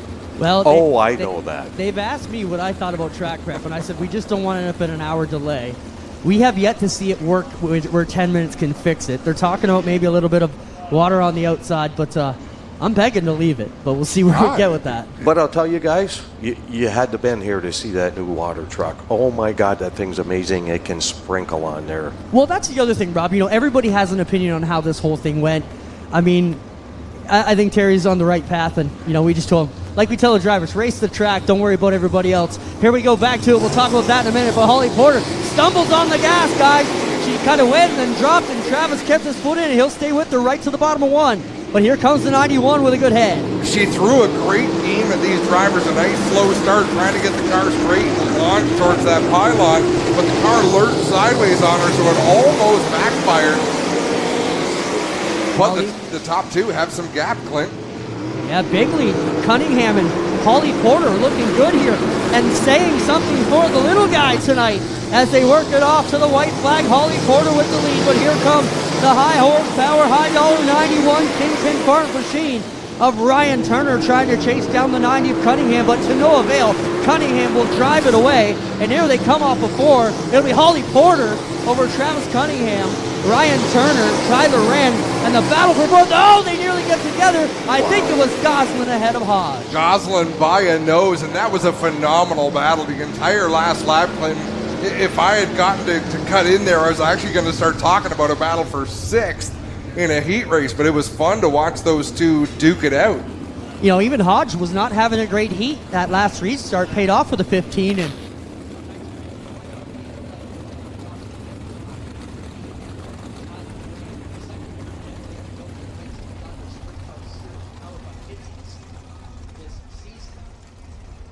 You know, we have to remember too, Dan Antico, while he's been around for a few years, does not have a ton of seat time. Dirt racing, much to his credit, you don't get a lot of practice. You know, a race for a sprint car is 25 laps, 20 laps at some places. So a lot of these drivers really still honing their craft. So when you watch them battle like this in the heat, it's great knowledge for them to put in their back pocket. Okay, this is what the car did here. This is what the car did there. Dan Nanicoke, not to single him out, but probably made 3-4 big mistakes in that heat. He learned from every one of them. When the white flag's out, he's out there battling for position, which is what you want to see.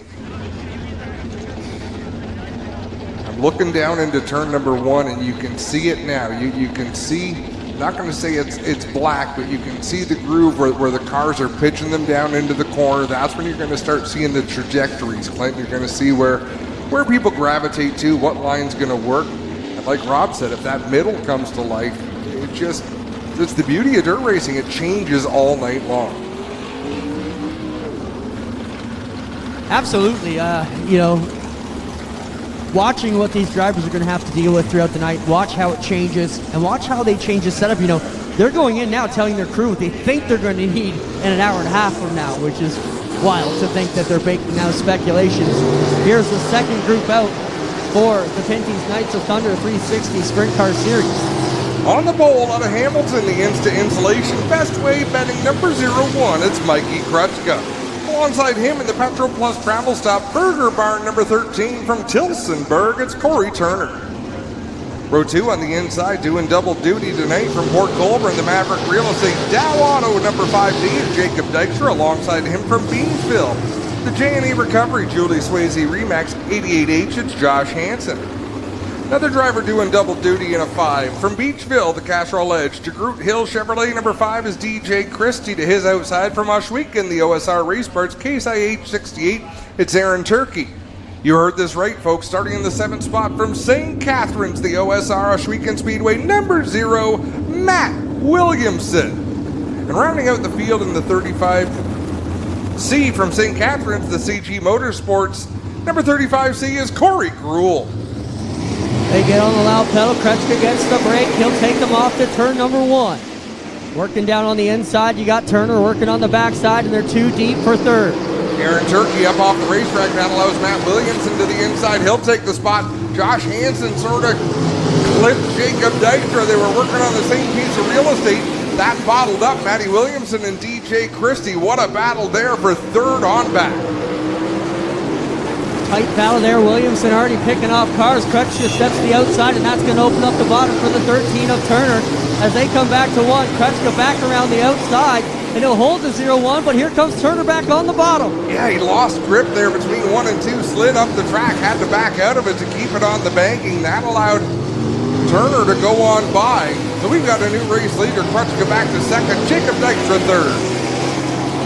Behind them, Josh Hill in the 88th, then Matt Williamson in the 0 car, running in the 5th spot now. He's got around 3 of them and picked up some passing points. Not sure how much that's going to help him out, though, as we get to the halfway point with 4 to go. Whoa, DJ Christie, keep it off the wall, son, and he does. He got up out of the groove in 3 and 4, and that was an oh-no moment for sure. Nice save by DJ Christie. Turner with another one up on the line, 3 to go. As he leads the 0-1, Dykstra trying to reel in the Krutchka 0-1. Behind them, it's the 88 of Hansen and Matt Williamson trying to grab some bite in the 0 car back in 5th. Most of the drivers working the inside group. Of course, as I say, that Krutchka is not. Neither is Josh Hansen. Down through 1 and 2, the inside seems to be preferred. Corey Turner able to sail it down into the corner. Like Rob said, sort of a middle groove through 3 and 4, 1 and 2. They look to be running a bit lower on the racetrack. But as I say that, Turner runs higher, Clint. Last time down the back straightaway for the Petro Plus 13 Burger Barn car of Corey Turner. He will hold it smooth and steady off of Ford of the Checkers. He'll grab the qualifying heat race win. Krutchka will come across in 2nd, Dykstra 3rd. Josh Hansen 4th, and Matt Williamson will be 5th. Behind them, Christie and Turkey, along with Gruel to finish this one off.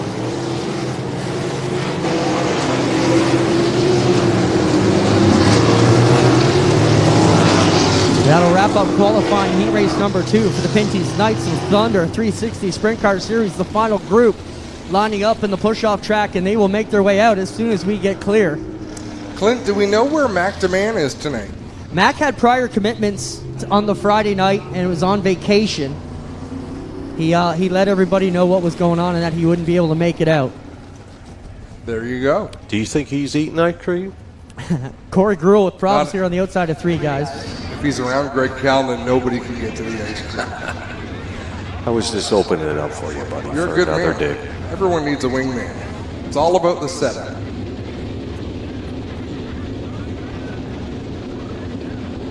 Push truck on its way out to get Corey Gruel. Corey, a long-time modified competitor, had the sprint car for a while and enjoying it. Coming out to play a little bit when he can.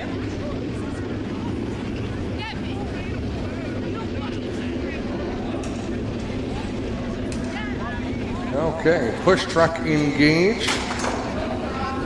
They'll take Corey Gruel back to the pit area. And we'll start pushing off heat race number 3.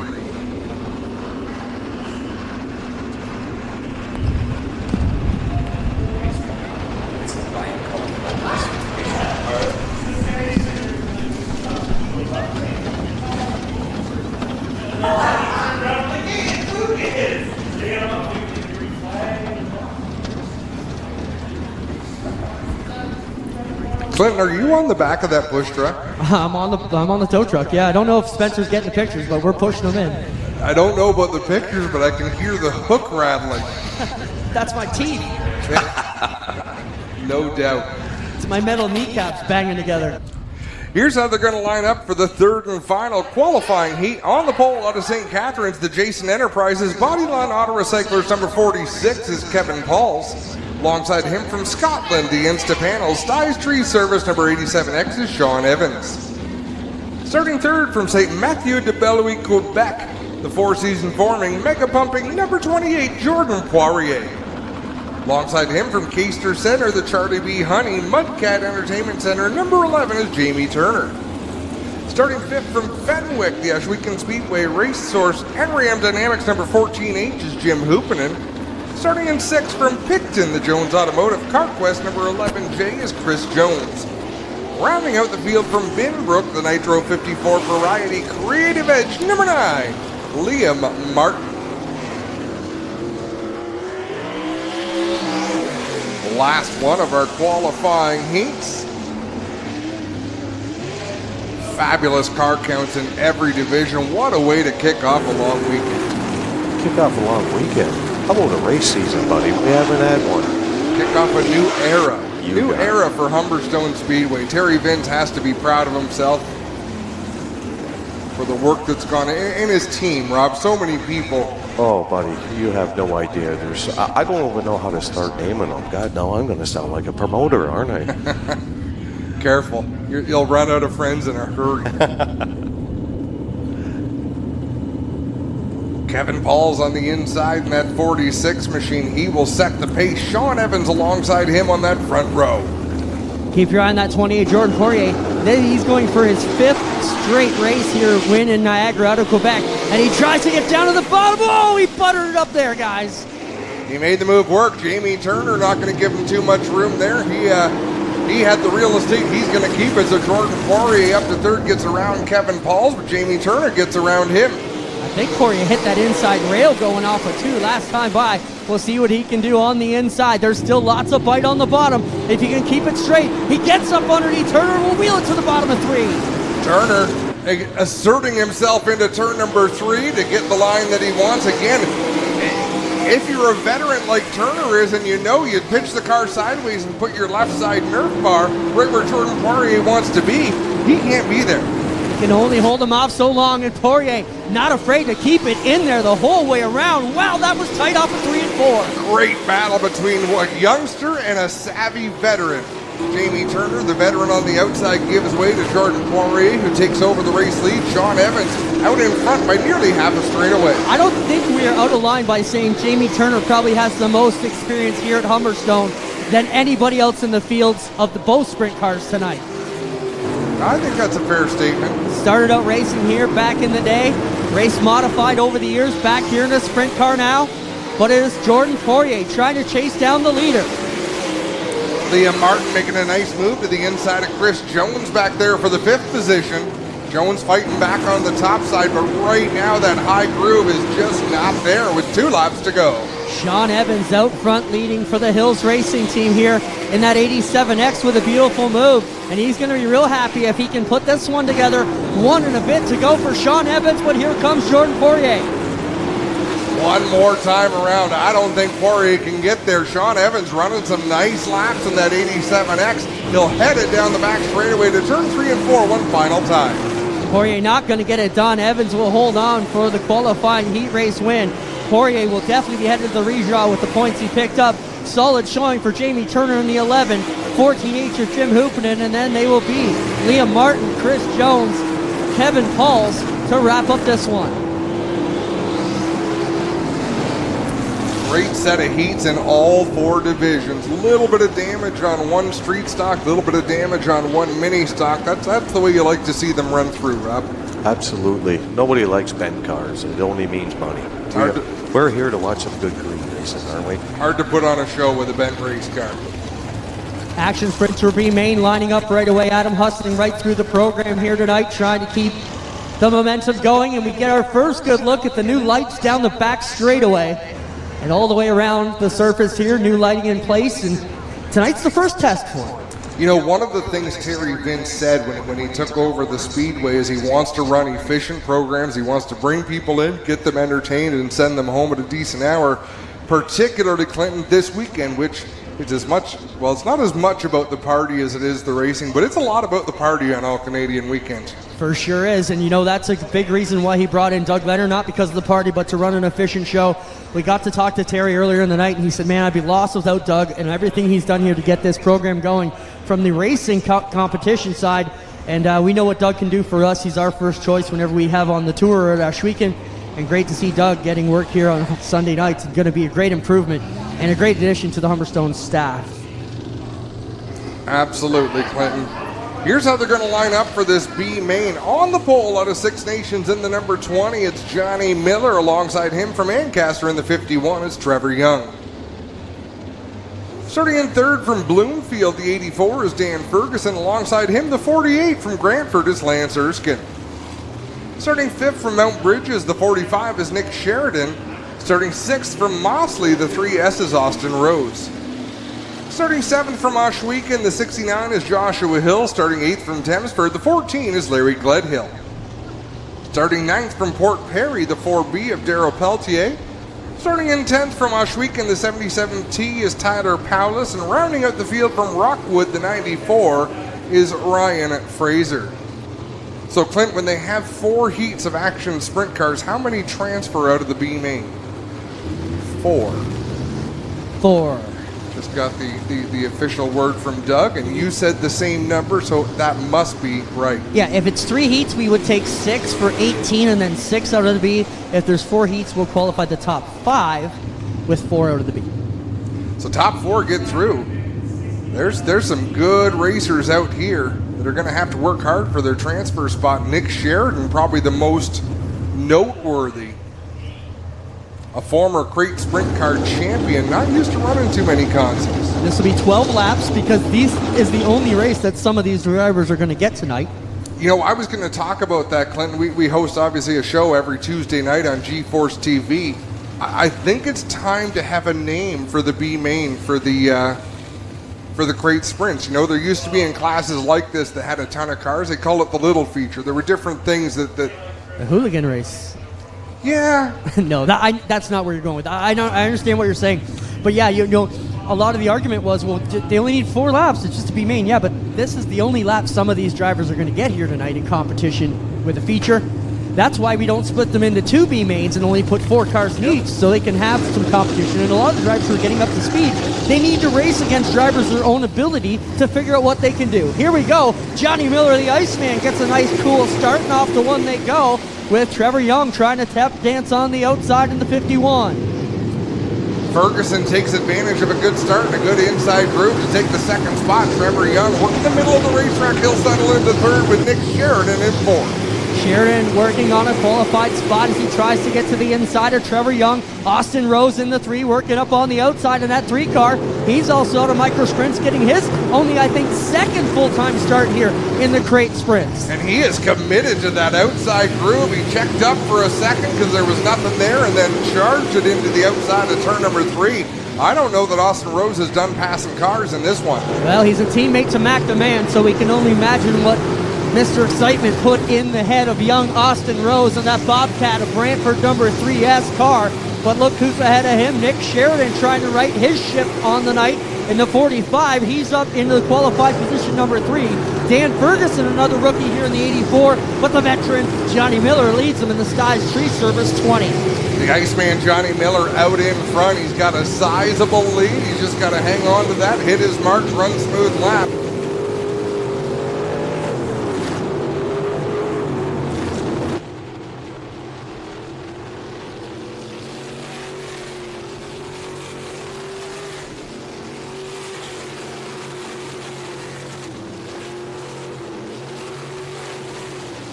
But Rose is driving away from the 51.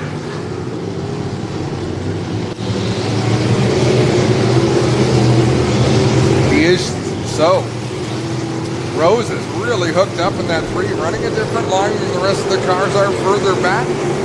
Nobody really able to mount a challenge right now. Trevor Young's got to be a little bit disappointed, having a great starting spot just outside of a transfer position at the moment. Johnny Miller leading. This will be 8 on the counter as he comes off of turn 4 with 4 laps to go for the youngster out of Six Nations with the Humberstone Speedway and Edrium Dynamics on the side of that car. Dan Ferguson driving out of the Tyler Rand stable here, looking good in second. Sheridan and Rose still hold on to the spot with just over 3 to go.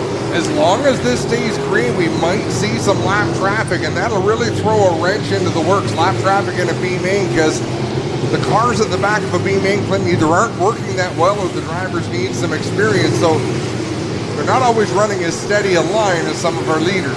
I don't think we're going to quite get to traffic yet, as Johnny Miller sees 2 to go here in the last chance qualifier for the Action Sprint Tour powered by Pinty's. The rest of them are going to go home and eat some chicken wings early tonight.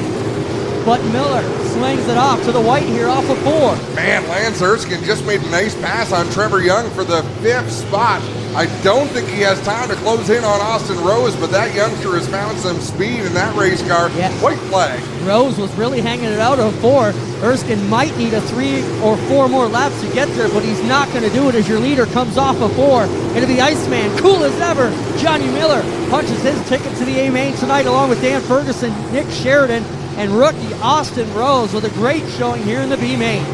Not transferring tonight, Lance Erskine, Trevor Young, the 69 of Joshua Hill, Darrell Peltier, Ryan Fraser, Larry Gledhill, and Tyler Paulus. You know, as much as Clinton, you want everyone to come out, race, have a good time, it means so much more. A feature event means so much more when you have to qualify for it. Rob, you've seen that. You've run, you know, going back to your dirt sportsman days where you'd show up at events where sometimes there's 60 cars, 70 cars. Oh, back in the day, tons. How good does it feel? How bad did it feel when you didn't transfer through your heat? You think, oh man, I got to run these contests. Like, how does that affect your mindset? Well, I think a decent driver always blames himself if he's good. You can always miss on setup and everything like that, but I think a driver is always harder on himself than anything else. And when you're going into B main, especially when you start deep in it, it's pretty disheartening. So you got to be pretty fantastic to get up there. Race fans, we're going to take a break right now on G-Force TV. We'll be back on the other side with feature action from Humberstone Speedway.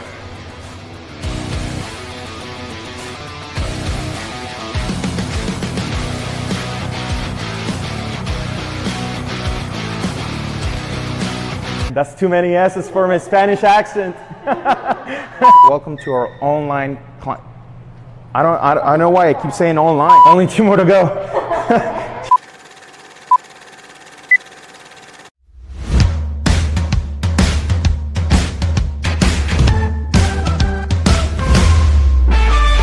Hey guys, this is Jose here at Queenston Chevrolet Buick GMC. Welcome to our first episode of our Car Care series. With fall season fast approaching, you'll want to prep for driving in the winter conditions. This episode, we're going to be talking about winter tires. So a couple of the things you want to consider when choosing winter tires is just to know your driving habits, what type of driving you're going to be doing, city driving versus highway driving. Also, a really helpful thing to know is your tire size. So winter tires are built differently than all-season tires. They are made from a softer compound, which allows for better control and improved stopping. So as you can see behind me, we do have a massive inventory of tires, and we do offer a price match guarantee. So please come see our experts here at Queenston Chevrolet.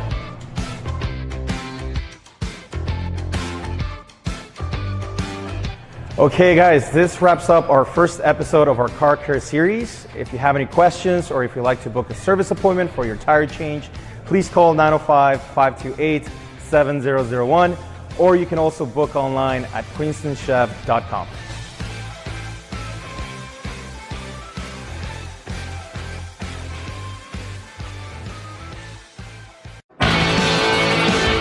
Well, good evening, everybody. Welcome to our weekly race chat. Adam Ross and Clinton Jeffrey are live and interactive every Tuesday night. Rivals Race Chat is your home for race discussion, debate, news, interviews, and more. They'll even take your questions and comments live on the air and talk to some of the newsmakers each week. Tune in every Tuesday night at 8 p.m. on GeForce TV.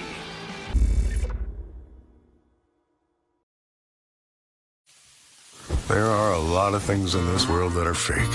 Your food shouldn't be one of them. Pinty's Man Cave sausages and street dogs. Authentic food for real people. Crave the cave, friends. Pinty's Man Cave.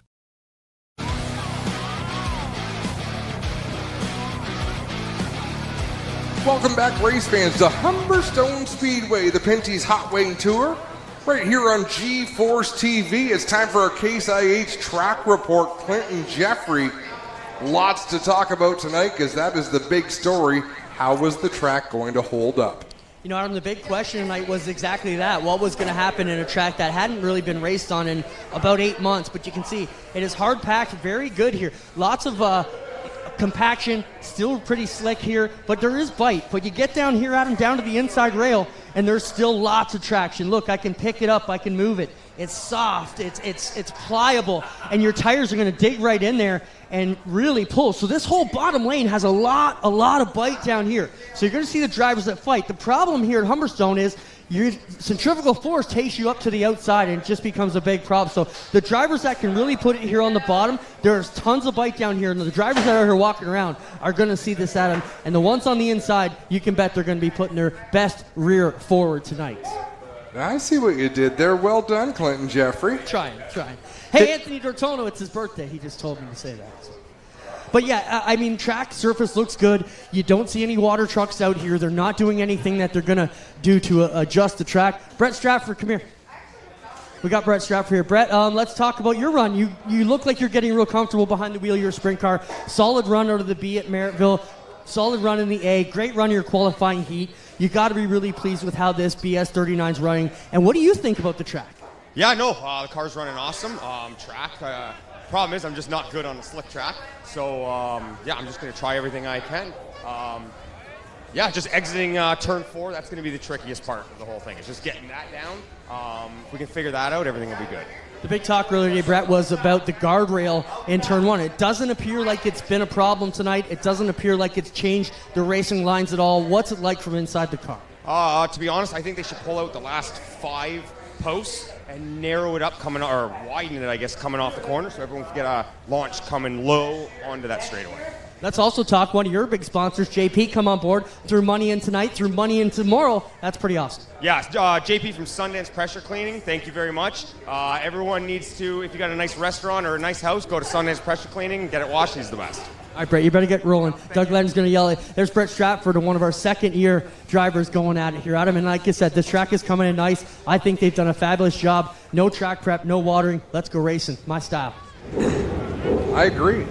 I can't argue with you there, and that's rare because I just like arguing with you. But race it as it is. And again, you've got to understand the dynamics of these race cars. You're showing the dirt down near the guardrail. These cars are all pitched a little bit sideways, so you're trying to get that left rear as close to the guardrail as you can with the car as straight as you can, because that's where the grip is going to come from. And sure as heck, as someone starts to perfect that line, someone else is going to figure out how to swing it high, wide, and handsome up on the cushion and blow by them on the outside, and that's what makes it fun, Rob. There might come to a point tonight that they use the bottom up, period. I'm hoping. That's Me too. One of my favorite parts of the night is when the bottom goes away and they really have to go out and search. Yep. But that's the fun of a dirt track is it's different every time. You don't know how it's going to be, but you do know it's the same for everybody out there. Absolutely, and it's the guy with the best setup and the guy that can find all the sweet spots and not scared to try for it. I got Jacob Dykstra here, guys. Jacob, you've got a lot of work to go tonight with your 2 classes. Let's talk about the track. It looks pretty good. I mean, no major rumps, still lots of bite on the bottom. What's your thoughts? Yeah, this is totally different Humberstone today. Terry Vince has been doing a good job and working here long days and long nights. I just can't, like all the fans here tonight. This is awesome. It's my home track, and it's always good to see the fans packed. So, how you feeling about your chances tonight? Your car looked pretty good. We were pretty good in the heat race. we got a good run off the bottom, was able to take the lead from 5th. So we started 8th in the feature. Let's see where we can go from there. I will watch for Jacob Dykstra working 8th in the feature here tonight, guys, as he takes the long walk back and takes a last look at the clay here, figure out what he's going to need to go fast here tonight. Gotta like the energy of young Jacob Dykstra. He's young. He is a warrior. So we have a good look at the racetrack there. I've got another birthday announcement. Happy 21st birthday to Taylor Curran. Lots of love, Mom, Dad, and Dale Jr. Go number 31. Best place to celebrate a birthday. No better. No place I'd rather be than Humberstone Speedway. Absolutely. For a moment, Rob, can we switch headsets between you and Steve? I just want to have a chat with Steve about his upcoming gig. Does this mean I can go for a quick ice cream?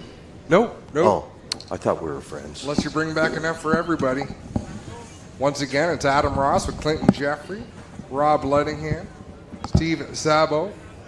Greg Callan was taking a tour of an ice cream facility, sadly fell into a vat of ice cream. He's recovering at home. They can't get the smile off his face. It's hard for him to announce. So we look forward to seeing Greg back when he can make it. Sad he couldn't be here. But Steve. Yes. A new gig. So your voice is going to shadow ours because you have a well-cured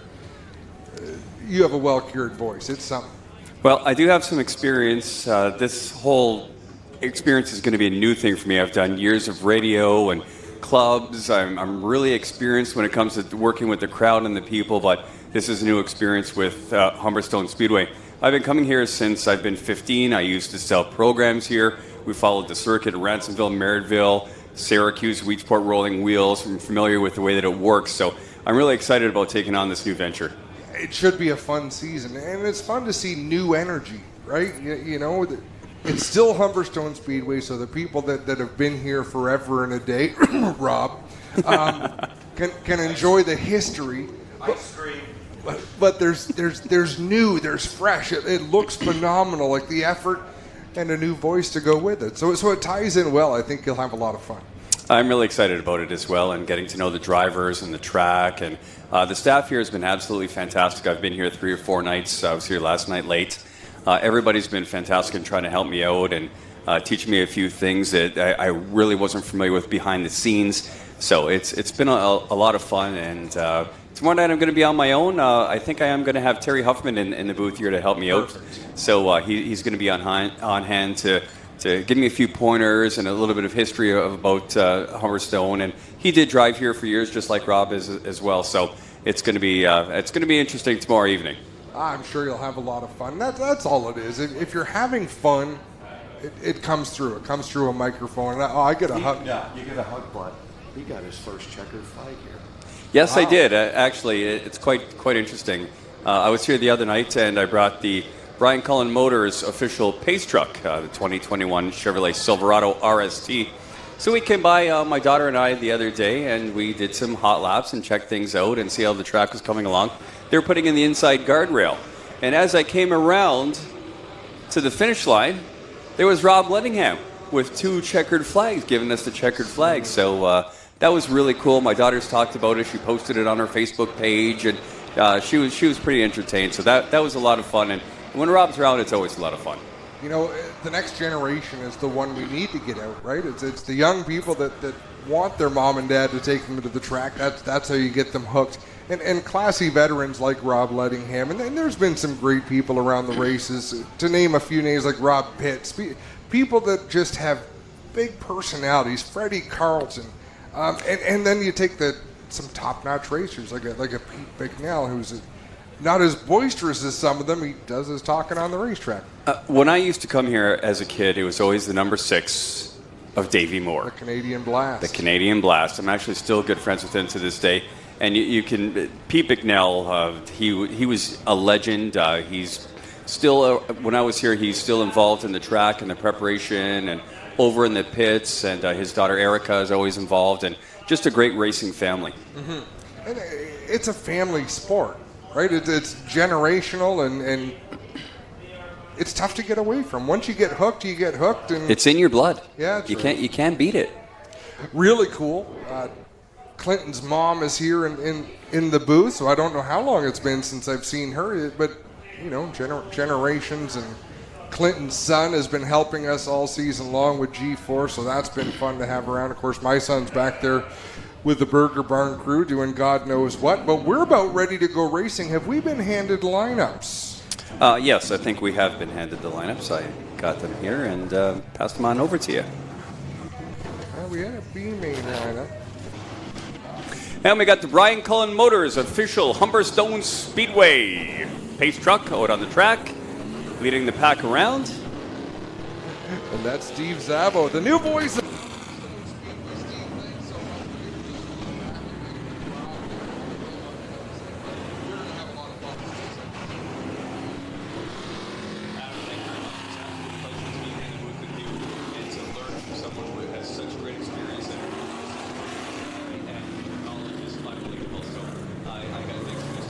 I'm up for the challenge.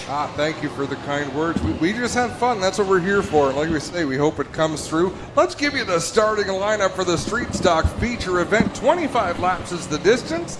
On the pole in the number 25 machine is Kenny Sargent. Alongside him in the 601 from St. Catharines is Jeff Larman.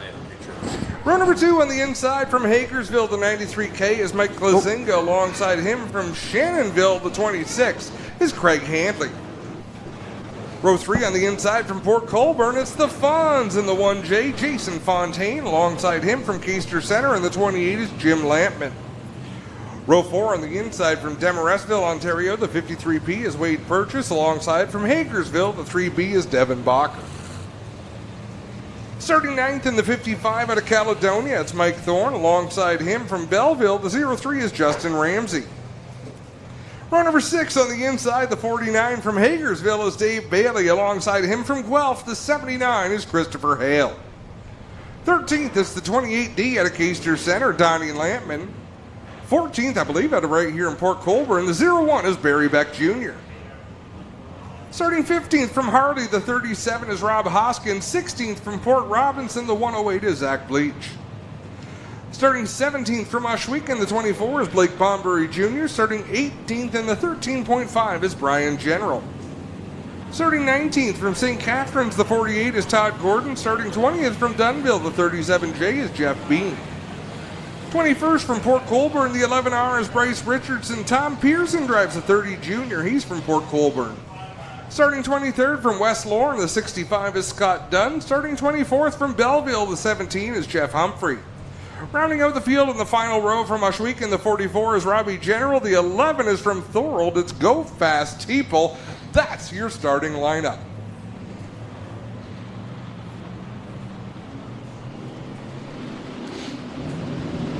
Here we go, off to turn number 1. A good field of cars making their way here around 1 and 2 for the first time. Wow. Beautiful turn 1 and 2 for the field. Everyone getting it sorted out front, or through the field out front. It's Kenny Sargent leading the way over Mike Lazinga in the 93. Then they're side by side, Hanley and Larmont for third. Behind them, working on a whole big group of cars. Bailey stuck back there in the middle with Chris Hale. But ahead of them, you got Ramsey and Wade Purchase. Brighton's best here going at it inside the top 10. We've got some of the best from various dirt tracks around the province. One goes around up in turn 3. I believe he's going to get it pointed in the right direction, and he does. He's just about lost a lap to the field, and he wants to get on his giddy up and get moving before they swallow him up down the front straightaway. Ken Sargent, another veteran here, raced many, many years at this Port Colborne Oval. Plazinga trying to get a lineup around the outside of the 601, but on the backside, it's the 26 running up to second, that Peacemaker 420 car running very well. Great run for Handley in the 26. Larmont. Plazinga's been working the outside. I don't think he's thrilled with how high out of the corner Larmont's going, but Larmont has the line. He's out in front. He can kind of dictate where he wants to run. The Fawn says enough of this. He drives to the inside of Plazinga to battle for fourth. Yeah, multi-time champion Jason Fontaine puts the 1J. The Fonzie machine down on the bottom. Now he works back to the top as he's worked up to fourth and working on Larmont for third. Right behind Fontaine. It's Wade Purchase in the 53. But Glazinga's making some pretty good smoke down the straightaways. Car handles well in a straight line.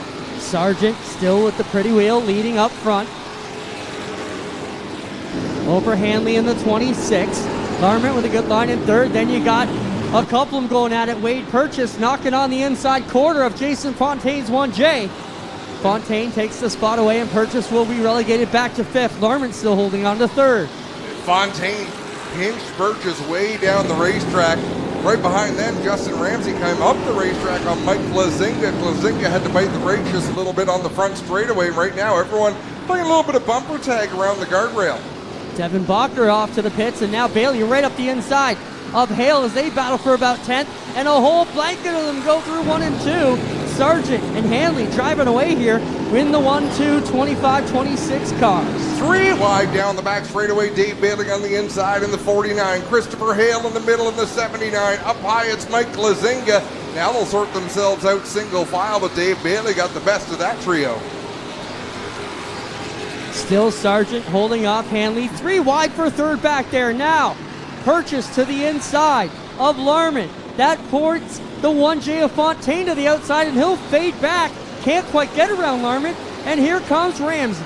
It's and Larman's back bumper looks like it's about to exit the vehicle, so I pity whoever is behind that 601 when it does come off the race car. Dave Bailey gets to the inside of Justin Ramsey. And that is not a bumper cover. It is a big steel chrome horn on the back of that one, and you're right, Adam. You don't want that one coming up into your grill. As soon as it digs in, Dave Bailey was right up behind him. I would think as soon as Bailey saw that, he'll pick a different line.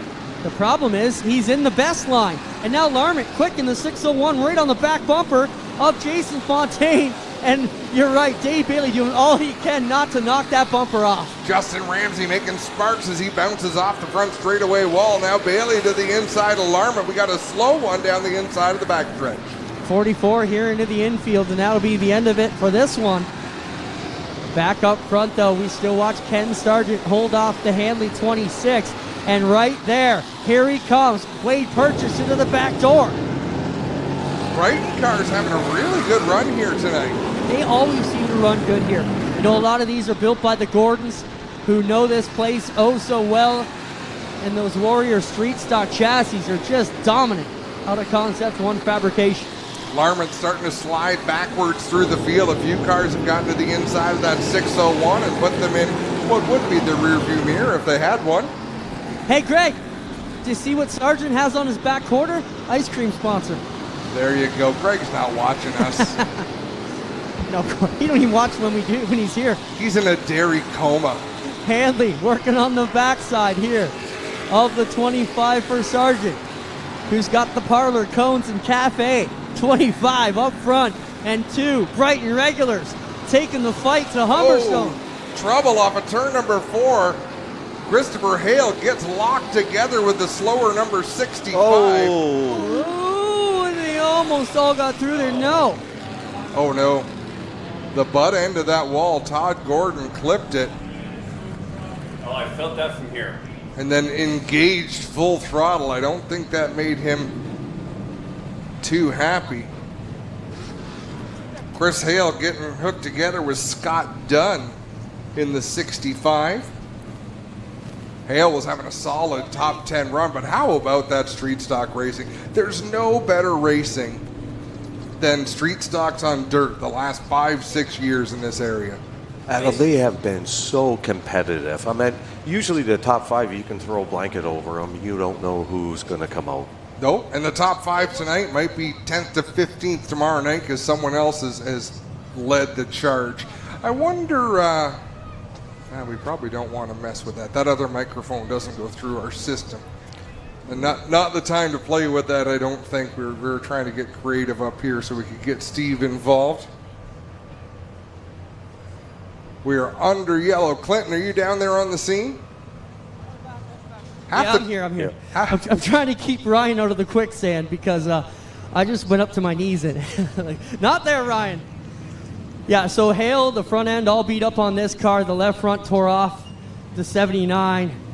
and they are hooked together down here. The Scott Dunn 65, they are pinched right together here. Let me know if you're picking up those pictures, Adam. We are, Guy.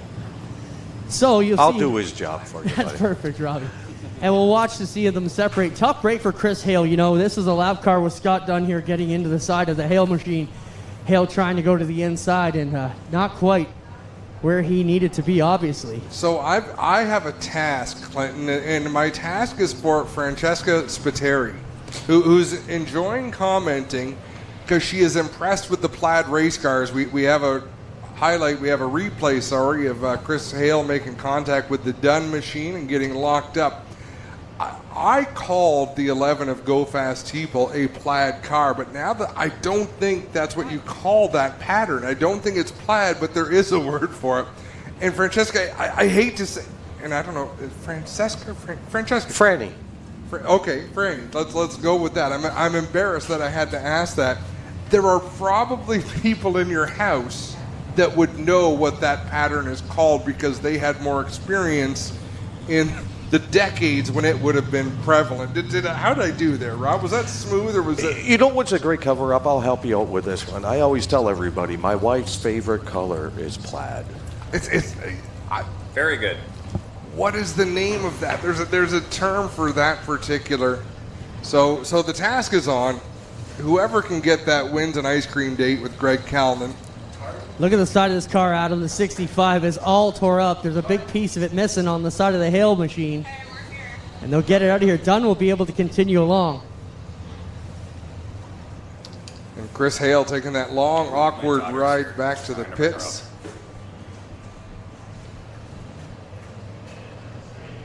It's a humbling sport. Oh, you're on top of the world one lap, and next thing you know. You know what they say? Hero one day is zero the next, right?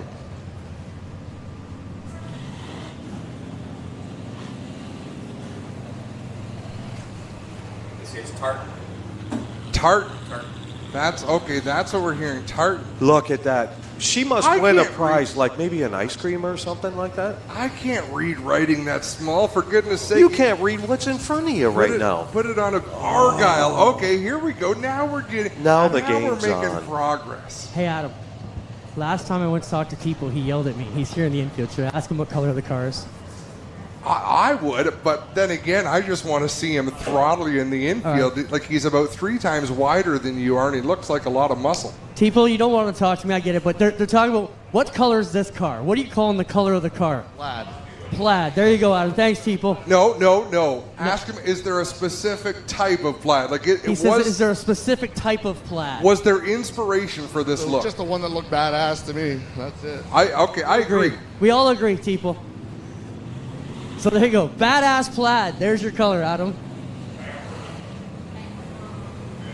It looks like the kilts that were worn in Catholic. So see, it's similar but different. Isn't that nice to send him down there, though, to talk, and we're up here nice and safe? Clint doesn't know this, so please don't tell him. But when we do races with pit roads, if he's at the turn 4 end of pit road, I try to find a story at turn 1 that we can send him down to cover, and vice versa, because I just love to watch him on the go. And then he'll turn his microphone on, and it's impressive because within about 2 seconds, he catches his breath. Do you see where I'm now? I'm coming up to have a talk with you, sir. Go ahead. That's okay. The door's locked, buddy, unless you got ice cream. I'm still protesting a little bit the plaid. Like I swear, maybe it's tartan, maybe it. You know what? Why can't we just say plaid? Well, that's what I was saying, and then it bothered me because I thought there was a term. See, Adam, here's your problem. You overthink too much, okay? That plaid is family tartan. Okay. So different families have different tartans. See, we're learning here. It's too much. Let's go racing. I don't want to get educated. Let's do it. We're about to go back to green. Kenny Sargent in the 25 is led from the drop of the green flag. Some fantastic street stock racing. Green flag is out. We're back underway, and he's got Wade Purchase on the outside trying to challenge for the lead.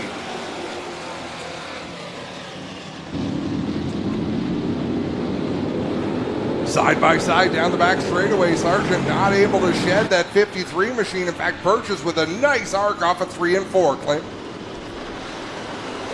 I shouldn't have set Clint up. I don't think his microphone's back on. He's getting position there in the infield to call. And as we talk about Wade Purchase having a good roll through the corner, here goes Jason Fontaine and Dave Bailey. They'll take over second and third spots. The cream rising to the top. I mean, all of these top 5, 6 cars, top shelf racers in the region. As we spoke before, look at how close-knit this is. Man, oh man, whoever wins this one has earned it. That is for sure. Kenny Sargent right along the guardrail. One of the things dirt racers do, particularly a veteran, Sargent won't change that line until someone shows them they can pass him. You know, you run that line lap after lap after lap, but nobody's been able to beat you.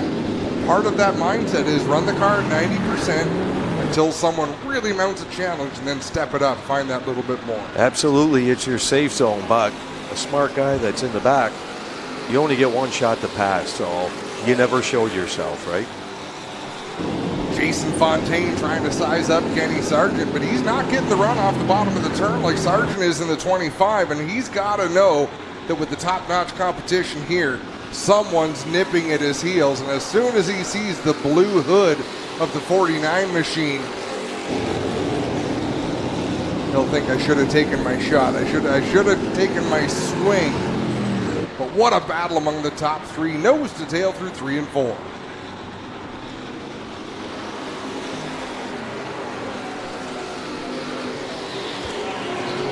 The yellow flag is out. We got a slow one there in turn number 2. I believe that's Zach Bleach.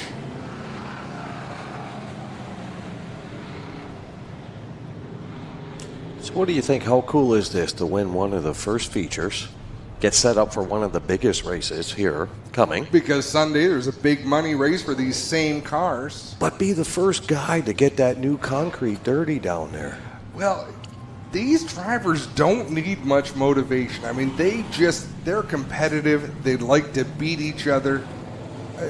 What the common rules among dirt tracks in Ontario for the Thunder Stock Division, Street Stock Division, and the Mini Stocks has been phenomenal. Because, folks, if you're not familiar, we've got drivers here that would run weekly at Humberstone Speedway, that would run weekly at Merrittville, or Ohsweken, or Brighton, or Southern Ontario Motor Speedway. They come from all over, and they can come together because the rules are the same at all the tracks. So we get to see the best of the best.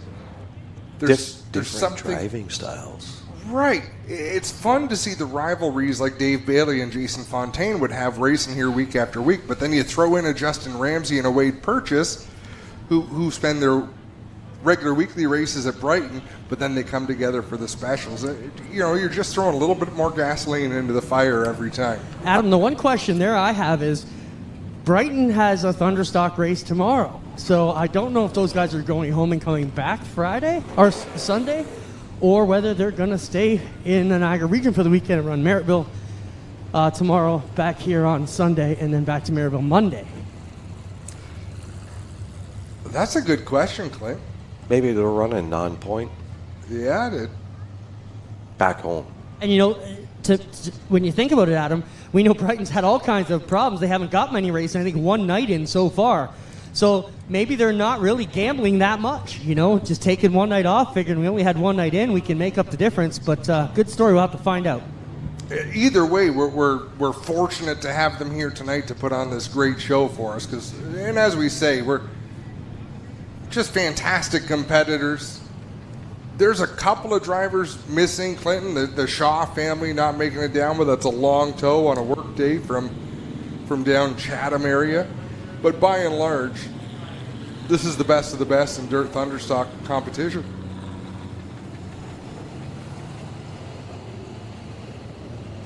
White flag will set them loose single file next time out of turn 4. And look at the Fonz. Look at Jason Fontaine.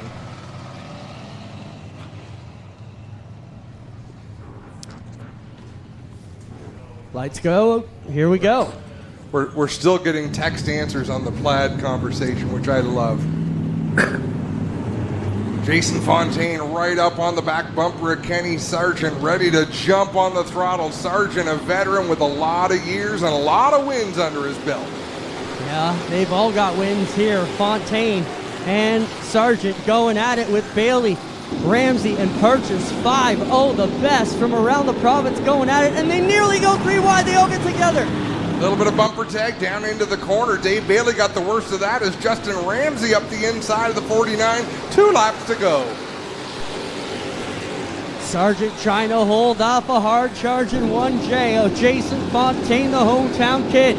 Sargent, the veteran, multi-time champ here in multiple divisions. Also trying to get it done here in the 25. White flag is out. Can Fontaine take a poke? If Fontaine doesn't hit Sargent right here, he's done. Sargent's getting such a good run off of 2, and he wiggled him just a hair. One last pop in the backside coming. Fontaine trying to line up. He took the shot, but it stuttered. Sargent gonna grab the win here over Fontaine, Bailey, Ramsey, and Purchase. The top 5. Then Mike Thorne will be 6th, Larman 7th.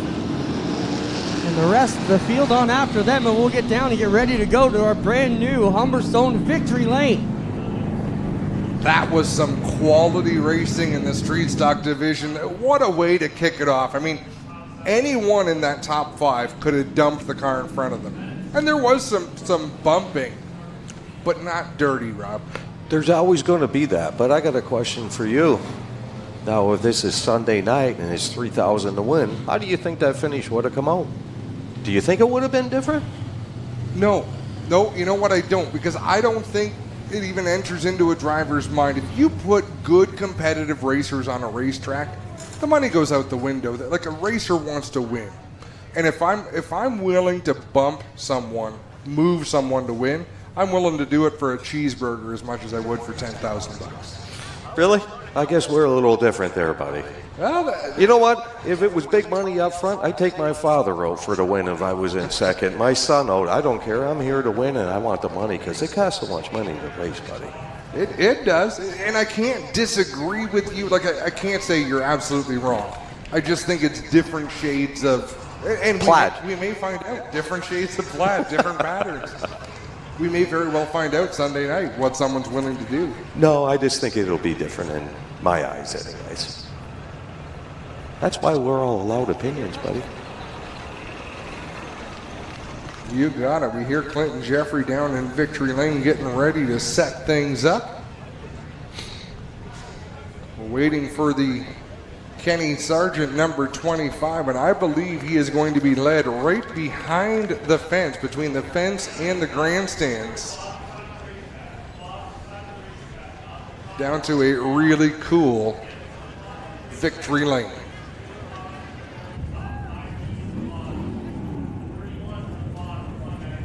Here he comes now, obviously, across the scales, all good. Okay, I thought the pace truck was leading the way, but we've got an ATV out there leading the way for Kenny Sargent. He's visited Victory Lane a lot of times here at Humberstone Speedway, but never on this side of the fence, folks. And they got that tire tracker's truck right there. That brings in all the crew guys and everything, so nobody has to cross the track, and we can keep the racing going, buddy. That's pretty cool. It wasn't my idea or nothing. No, but you... Oh, that's right. It's my son driving the truck, too. No kidding. Isn't that great to see?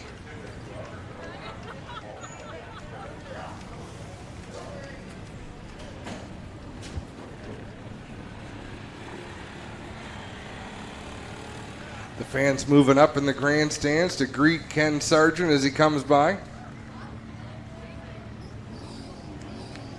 I think we're going to see a pretty elated Ken Sargent. I recall his Victory Lane interviews the last time or two he's won, and it's someone who really appreciates how hard it is to achieve a win and how rewarding it is. You can hear the crowd in the background. Look. Right up on top of the hood. The best part is we don't know if it's someone who likes him or doesn't like him. Either way, they're on the hood, and that's exciting. You know, it's funny you were talking about that. The boys were saying, if you ever get on Victory Lane down here in the new one, what would you like? I said, probably a case of Gatorade, because they'd be all throwing it at me, and I need some for ammo to throw back at the crowd, right? Well, ladies and gentlemen, he's working his helmet off down here in the brand new Humberstone Victory Lane, right here inside the grandstands.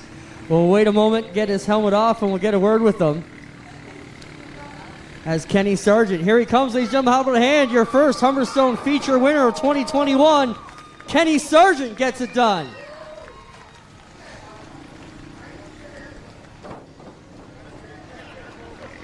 I thought he was going to be pretty happy down there. Now he's going to take... In fact, for that celebration, it was probably better he kept his helmet on, Clinton, for safety. Yeah, for sure. Come on around, Sarge. We're waiting to talk to you here as he gets his breath caught a little bit. We'll work on that for you. Come on around. We'll get you a drink. Water. Who needs water? Isn't the beer garden just behind the trailer? Kenny Sargent, what a great job here. You got to be real happy. You know, when I started here, you were a veteran, still getting it done. How does it feel to be the first feature winner here at the Humberstone Speedway in 2021? It's awesome. And first and foremost, I can't thank Terry enough for everything he did. The fans we have tonight, the cars we have in the pits, my family, my sponsors. Like, this is life right here. True. I know, Kenny, you have a lot of experience here, and you spent a lot of time here. You got to be super pleased to see the way this has come out. You just mentioned it. What else is on your mind? Sunday night. There you go. That's another big thing. A lot of money on the line. This sets you up for it. You've got to feel good. You're going to carry all that confidence back into the All-Canadian. You've done it before. Can you do it again on Sunday? I've won the All-Canadian 3 times in a row back in my pro stock days. We're going to go for number 4. There you have it, ladies and gentlemen. Kenny Sargent gets it done at Victory Lane. We'll get his photos done. We'll get right back at you. We got Terry Vince here. Terry, come on over. We got Terry here. Terry, you said you wanted to say a couple things to the fans tonight. We got you here. How amazing is it for you to have everybody here at the track tonight? I just want to personally thank everybody for coming out and supporting the venue. And it's been a lot of work, and I'm sure we're going to have some growing pains, but in the future, I think we're going to carry this momentum in for the rest of the weekend. Terry, I see you should be a lot more stressed. You're just happy, enjoying the night. Good to see you relax a bit. Thank you, buddy. It's been a long road, but I can't stress enough on being thankful for everybody showing up. Thank you. How about it for Terry Vince, ladies and gentlemen? The reason we are all back here tonight at Humberstone. Keep it going for Ken Sargent. We'll be right back live here on G-Force TV with the Action Sprint Tour powered by Pinty's feature coming right up.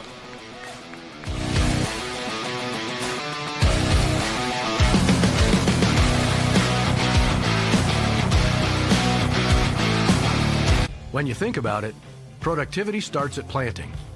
So it's time to rethink how productive your planter can be. We did with the new Case IH 2000 Series Early Riser Planter. We rethought your row unit so it's tougher, more accurate. We rethought your meter, took the most precise technology, factory installed it. We rethought every inch of the Case IH Early Riser Planter to make it the most productive planter around. And if you think about it, that's exactly what you want. Well, good evening, everybody. Welcome to our weekly race chat. Adam Ross and Clinton Jeffrey are live and interactive every Tuesday night. Rivals Race Chat is your home for race discussion, debate, news, interviews, and more. They'll even take your questions and comments live on the air and talk to some of the newsmakers each week. Tune in every Tuesday night at 8 p.m. on G-Force TV.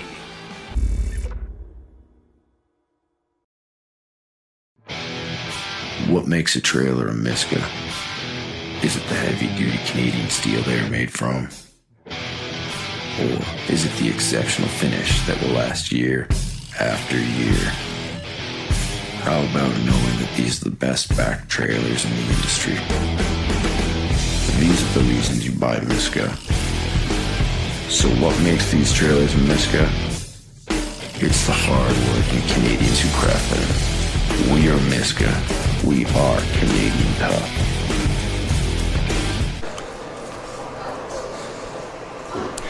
Welcome back to Humberstone Speedway for the Pinty's Hot Wing Tour on G-Force TV. It's time to go racing with the Action Sprint Tour for crate sprint cars. 24 cars about to take the green flag. Here's how they're going to line up. On the front row, both drivers from Thamesford, Ontario. On the pole in the 45L, it's Curtis Gartley. Alongside him is the 7 of Eric Gledhill. Starting third from Hamilton, the 56 is Derek Lemaire. Alongside him out of Waterloo, the 19D is Alan Downey. Starting fifth from Waynfleet, the BS 39 is Brett Stratford. On his outside from Ancaster will be the 26X of Terry Baker. Starting seventh in the 49L, he's from Brantford, it's Lucas Smith, and alongside of him from Port Colborne, the 5D is Jacob Dykstra. I'll tell you, that fourth row is one to watch. A couple of young, hard chargers lined up there. Right behind them, out of Freelton, the 12 Double D, Darren Dryden. To his outside from Hagersville, the 14T is Noel Teal. Starting 11th from Kitchener, the 50LS is Adrian Staley. To his outside from Font Hill, the 08 is Stephen Beckett. Starting 13th from Six Nations in the 38, it's Derek Miller. Starting 14th from Beachville, the 5 is DJ Christie. Starting 15th from Ushweek the MK8 is Matt Hill. Starting 16th, also from Ushweek the 9C is Brian Nanico. Starting 17th from Rockwood, the 74 is Rob Neely. Starting 18th from Brampton, the 70MM, Dave McKnight Jr. Starting 19th, the 31 out of Bowmanville, it's Dale Curran. Starting 20th from St. Thomas, the number 4 is Jesse Costa. Starting 21st, it's the Iceman out of Six Nations, the 20 of Johnny Miller. To his outside from Bloomfield, the 84 is Dan Ferguson. In your final row, starting 23rd, it's the 45 out of Mount Bridges of Nick Sheridan. And starting 24th from Mossley, the 3S is Austin Rose. That is your 24-car starting grid for this Action Sprint Tour feature event. And if the Thunder, I keep calling them Thunder cars, but they're street stocks on the car. You know what, Adam? I think you could call them what you want. Yeah. Most of us understand we've been around long enough, right? Different ways to say the same thing, but boy, if that race was any indication, I think we're in for something pretty spectacular here. The inside was the preferred groove, but I don't see 24 sprint cars running the bottom for their 20-lap feature event. I believe it's 20 or 25. Gotta remember, track is green. 25. Track's green. It's coming in. It's going to get better and better. It's all a learning curve, too, again, right? I can't remember ever seeing a fresh clay surface react this well to its first night of racing. Technically, it's not fresh. This is what was down below. They graded down until they found moisture, and that's what we're running on. If you want my opinion, I think maybe it's the old Humberstone. Could be. It could be. But regardless, you get down because clay, the nature of this kind of dirt that makes a good dirt track, it has to retain water, but water works, it'll find pockets, and that's where it'll sit. Of course, you freeze over a winter, it creates a little crater there, so as things settle, that's where you get your potholes and your ruts and your dips, and boy, oh boy, not seeing much of it, Rob. No, I think they did a heck of a job. Rob, when I was a kid and came here, was the banking a lot higher, or was that just something I perceived as a child? Oh, here we go with the age thing again. You're absolutely, it was much higher bank back in the day. I remember watching the 320 modifieds run here like 3 wide, buddy. And the reason it comes up, Clinton, is cars used to go off 3 and 4, and all you could see was the very top of the roof. If they happened to have a light on them, you could see the light. And now, you won't see them go off much at all, but you know, as Rob explained, they've dug down a little bit. Yeah, I mean, as a kid, I used to remember someone would go off the end of turn 1, and you wouldn't see them till they came on out of turn 2 on the back straightaway. Well, normally they were either Port Colborne or Shirkston, right? Yeah. Oh, what a beautiful field of cars, folks. 24 strong. There's not an ugly one in the bunch, Clint. Now we got 4 more showing up tomorrow night, too. So if you didn't make it here tonight, don't forget, $20 will get you in to see the same program tomorrow. And let's cut you off, folks. If you've got your hat on, take it off, stand up, get on your feet, grab your hat, grab anything that's nearby, give these drivers a wave. They are going to be waving back at you because they're about to do battle for 25 laps here at Humberstone Speedway. You know, I got to wonder tonight, the night Stratford can get it done. Looked really good. Dykstra's been the man to beat lately, like Kyle Rothwell has in the mini stocks.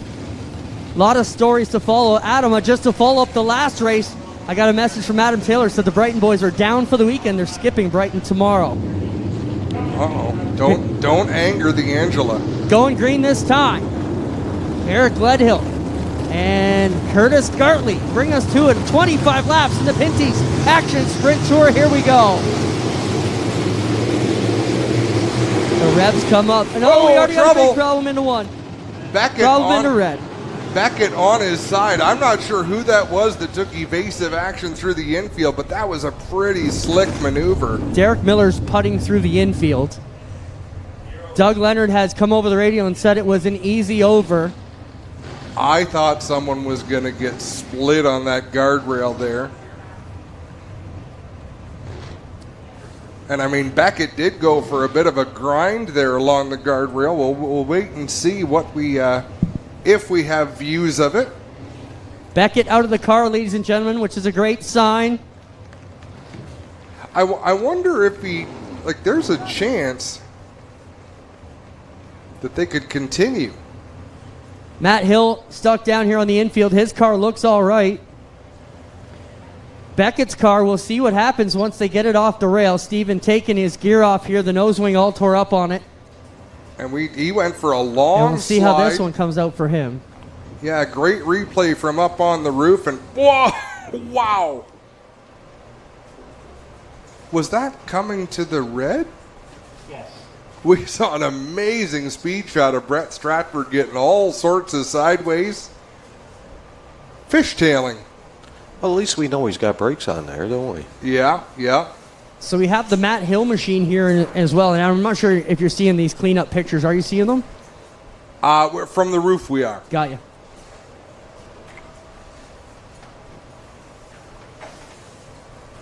So Derek Miller has asked for his 2 minutes in the work area. Matt Hill is also here in the 8MK stuck down on the inside, but his car appears to be all right. I don't think Derek Miller can get a change of underwear in the 2 minutes you're allowed in that work area. Is that, I mean, a wild bit of driving on his part to avoid that guardrail, but that's got to get your heart rate going, Rob. Absolutely. All you can think of is, oh, goodness, this isn't going to be good, right? To come out unscathed? Amazing, isn't it? We'll have another look here down the front straightaway as Beckett got bounced around, tossed on his side. Yeah, you're good to go, bud. So you hear Clinton Jeffrey in the background, and here we're looking at Brett Stratford getting out of shape there as they come to the red flag. That was a tail slapper. And Clint is amazing at the things that he does, because he will help a driver to tell them, hey, here's what you're looking at damage-wise. You know, maybe you want to stay in the car. He'll work with the safety crew. What's the best way to get it cleaned up? He's been doing it a long darn time. And then he'll work with his camera operator to tell him where he wants it to get the best view. We had some comments because on the dirt tracks, we're used to it. He's everywhere. We were at the APC late model show at Flamborough Speedway not long ago. People are commenting, he's slowing down the show by being on the track. He's actually making the show more efficient, because he orchestrates some of the cleanup. He gets to talk with the drivers. It's amazing what he accomplishes down there. So, Clinton Jeffrey, what's on the scene? Well, we're just going to get the Matt Hill car going out here. We're going to push him out a little bit. He's stuck down on the bottom here, and we're getting a push truck in. Matt Hill's car looks all right. Here comes the push truck, and Cale Thompson and the rest of the G-Force crew working out here. But here comes a push truck. Matt Hill. Adam, you'll notice the nose wing is askew on the Matt Hill Nitro 54 variety MK8. It is solidly in place, though. We bounced the back end in front, as you mentioned. It appears to be all right. And here comes Matt Hill getting pushed back into service. The nose wing is askew, but all right. Taking a look at the Beckett car. Top wing is junk. Front axle's got some issues. A few radius rods and a nose wing.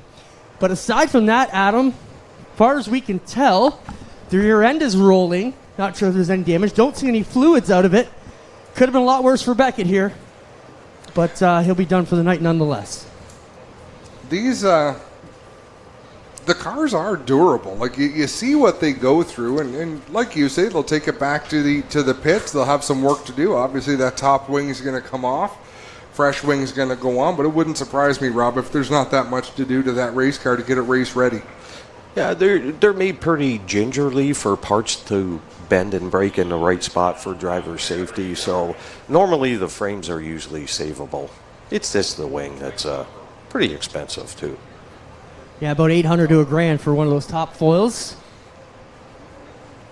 But if you're going to race sprint cars, you better be ready to throw away a few top wings, right, Robbie? You got it.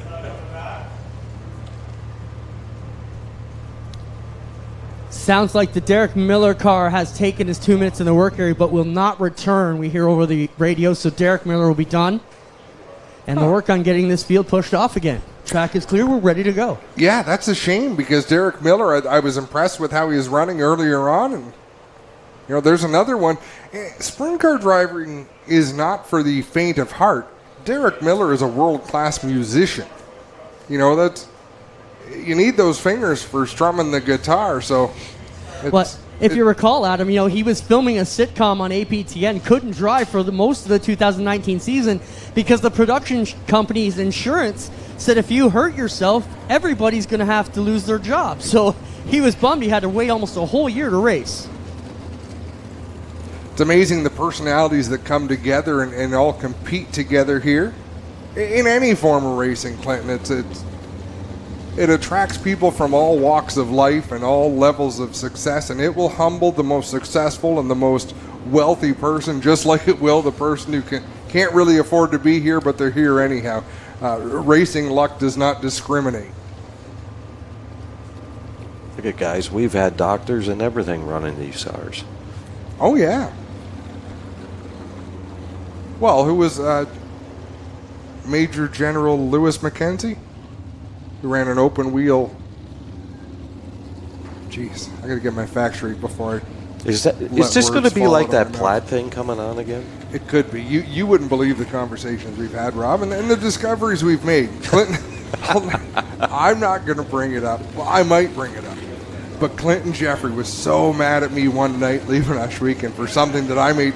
We talked about it at great length. He's like, we're all going to lose our jobs, you know. And then he got a note from the boss saying that was hilarious. Clint, you remember what that was? Yeah. Do you want me to say it? Why not? You started talking about what the official definition of cockeyed was. Right. The car was dog tracking a little bit, as the expression goes. It's cockeyed. You wonder where expressions come from. Just like that plaid, it creates a conversation. But the more uncomfortable Clint got talking about it, the funnier I found it. So I just keep driving it home and driving. Yeah, it was the one night that I knew the two owners of the Speedway were on vacation, watching every single word we said. Spencer, we're hearing you. Yeah, they were in, I think they were in, was it Bora Bora, Clint? Somewhere like that, yeah. Somewhere way across the other side of the world, but still spent their afternoon watching us at night. and they found it funny. So once Clinton learned they were okay with it, I was off the hook. But we've had about 2 or 3 of those moments over the last couple of seasons on our live streams, but we're ready to go. We've lost, looks like 2 cars, Derek Miller and the Beckett 08. Working on the lineup here. Okay, and I just got a note, Formula 1600, the General. It was Lewis McKenzie, wasn't it, Gary? He'll text me back. So I give you half facts, right? Like, I'm almost like Cliff Clavin. Like, do you do this on purpose just to get everybody involved? It creates conversation.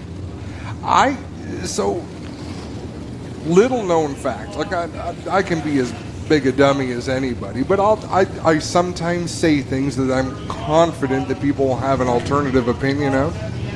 Because you need to create that. Friction makes fire, right? Absolutely. I mean, Clinton's not going to say anything to step out of line. He's down there with the drivers, and Lord knows Greg's just thinking about his next ice cream cone. So somebody's got to keep stirring.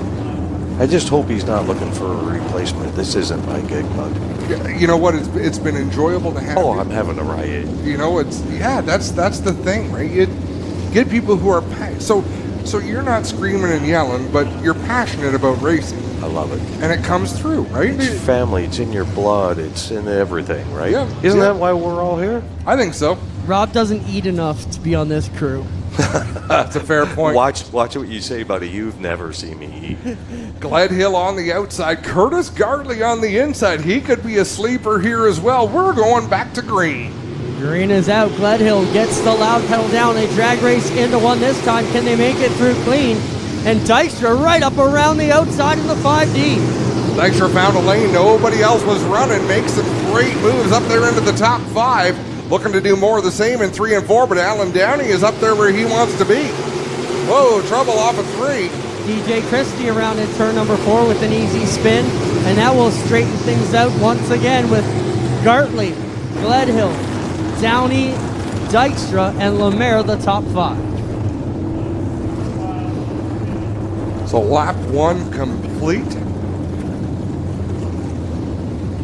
And this is not typical of the Action Sprint Tour. We knocked a couple off here in the last few races without any cautions, or maybe one. So to have 2 in the first lap is something we don't often see with the crates. They've been really, really good at them, especially when you consider the amount of rookies we have here trying to learn this trade of sprint car racing.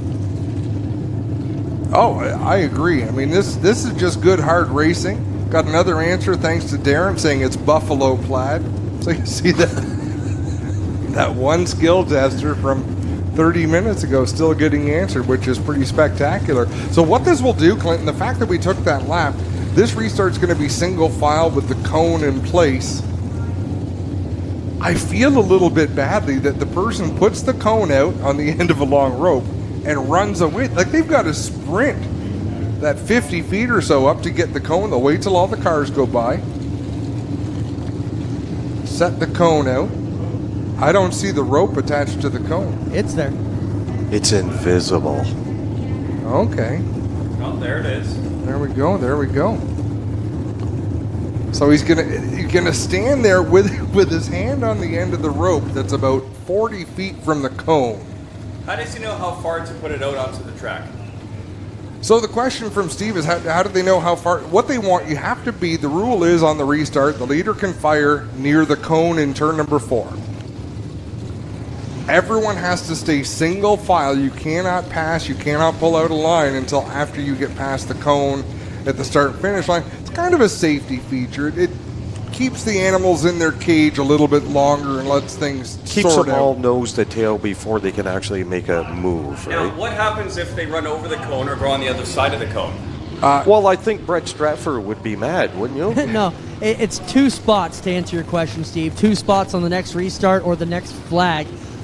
So you get docked 2 spots if you go inside or hit the cone. It's the answer. And the answer to the first question is, how far do we know how to put it out? Well, our race director, Doug Leonard, is looking up from the tower, and he figures out what's a fair lane that they're going to be able to get by without having an issue. So that's pretty much where we are. This time our official is staying with the rope, because earlier they were getting away from the rope. Now that there's lots of cars, they stay with the rope. All right, here we go. As long as they're not holding it till the cars go by. Here we go. Gartley clean past the single restart cone. Everybody looks to make it on through. We have a clean start. Good start. The cone is vacating the premises. And out in front is Curtis Gartley leading the way. Still a single file train, but he pulls away from Gledhill off of turn 4. Jacob Dykstra looking to the inside of Alan Downey for the 3rd spot. Dykstra will get by Downey and take that position away. Lemaire back and forth. Dykstra moving into 3rd as he works on the back end here, the Gledhill 7. So Dykstra is probably as versatile a driver as we have in the field. He is one to find that quick lane as quick as anybody. I'm curious to see who else is going to pick that up. Clint, earlier you talked about Brett Stratford. He's hanging around in the top 5, working the inside groove. Yeah, it's almost a battle for the rail here, and I'm watching Jacob to see if he can get under him. I think back to the 360s where, the leader had it as long as they were on the bottom. As soon as they opened up the door, it was easy to stick it in there. Dykstra's not quite close enough to start playing the intimidation game with Gledhill, but he's going to try and test the outside now and thinks better of it. Well, I'll tell you what Gledhill's doing that our race leader is not. Curtis Gartley goes down into the corner, and he lets the car come off the guardrail. Gledhill, until this corner right there, was keeping his car pinned right to the steel. So he gets down into the turn, keeps that car down, not leaving much for Jacob Dykstra to work with. So I think Gledhill will be a more challenging pass than even our race leader might be if Dykstra can catch up, Clint. Dykstra not able to reel in the 7 car as quickly as we thought he would. Gledhill was running for a qualified spot at Maryville in the B main and stepped over the cushion, so he's having a great recovery after what went on at Maryville, Adam. But here comes lap traffic, and that may be the move that Jacob Dykstra needs to accordion these two leaders together. Lap traffic favors Jacob Dykstra. He's an experienced race winner. That's definitely going to help, but Curtis Garley has a lot of laps in a sprint car. Here we go into the lap traffic.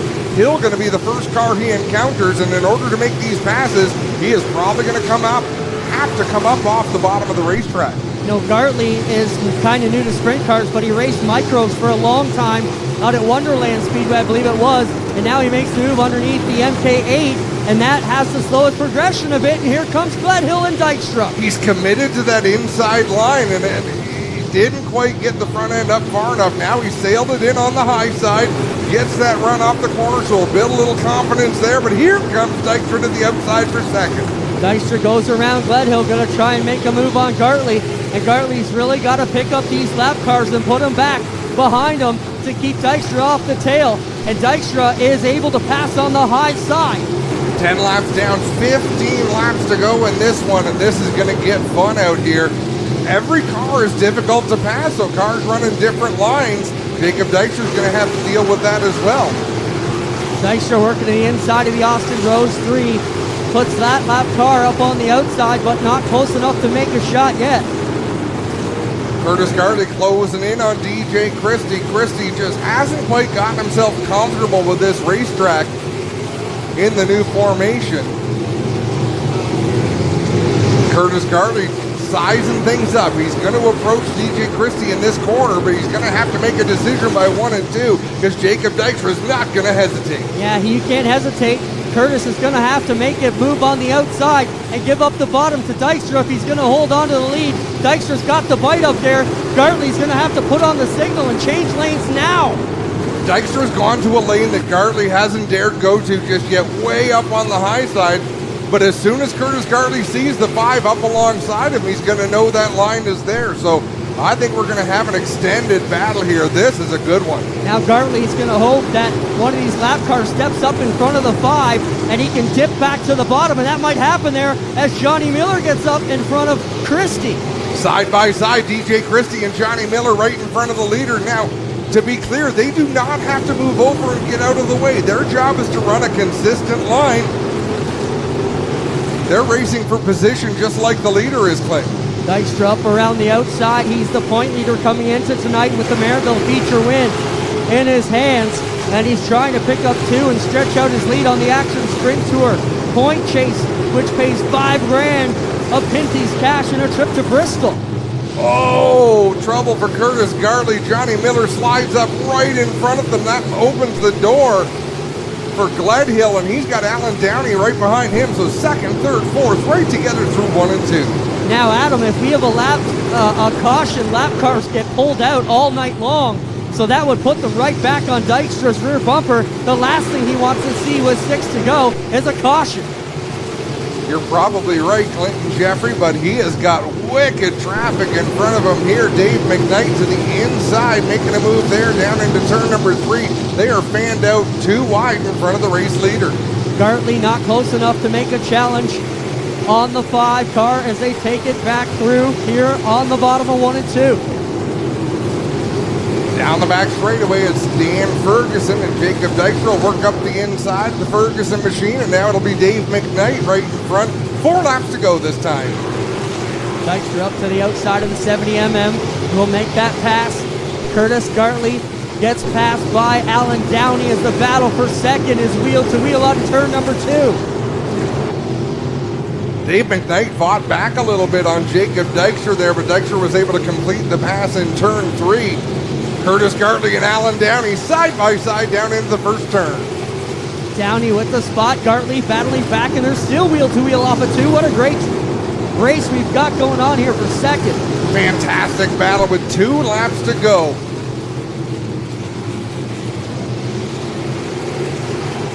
White flag coming out for Dykstra, this time by off of turn number 4. Got 2 lap cars for Brian Crow and Rob Neely to navigate here in one more lap.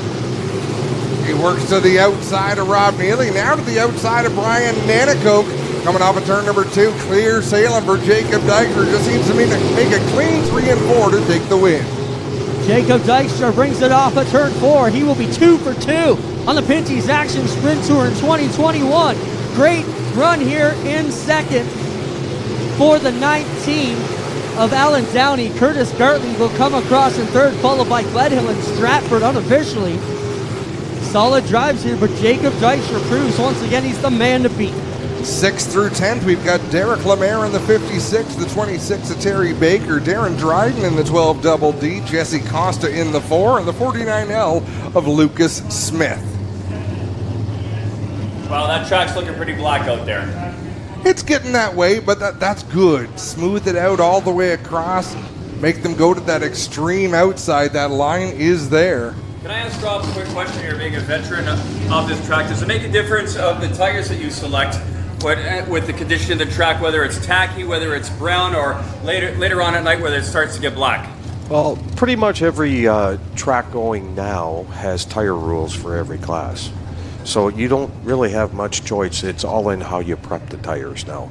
Now it's getting to the grinding, what they call the siping, the grooving, and I don't even know, are they allowed to do that on the right rears of the crates? Are they allowed, or just to grind them? You can do anything to your tires. Grind them, sipe them, cut them, anything you need to do. There you go. In the sprint cars anyways. See that, Clint? That's why we keep you around. You're just a wealth of information. Awesome. Thank you. I don't bring ice cream, so you have to keep me around for some reason. Must be your good looks.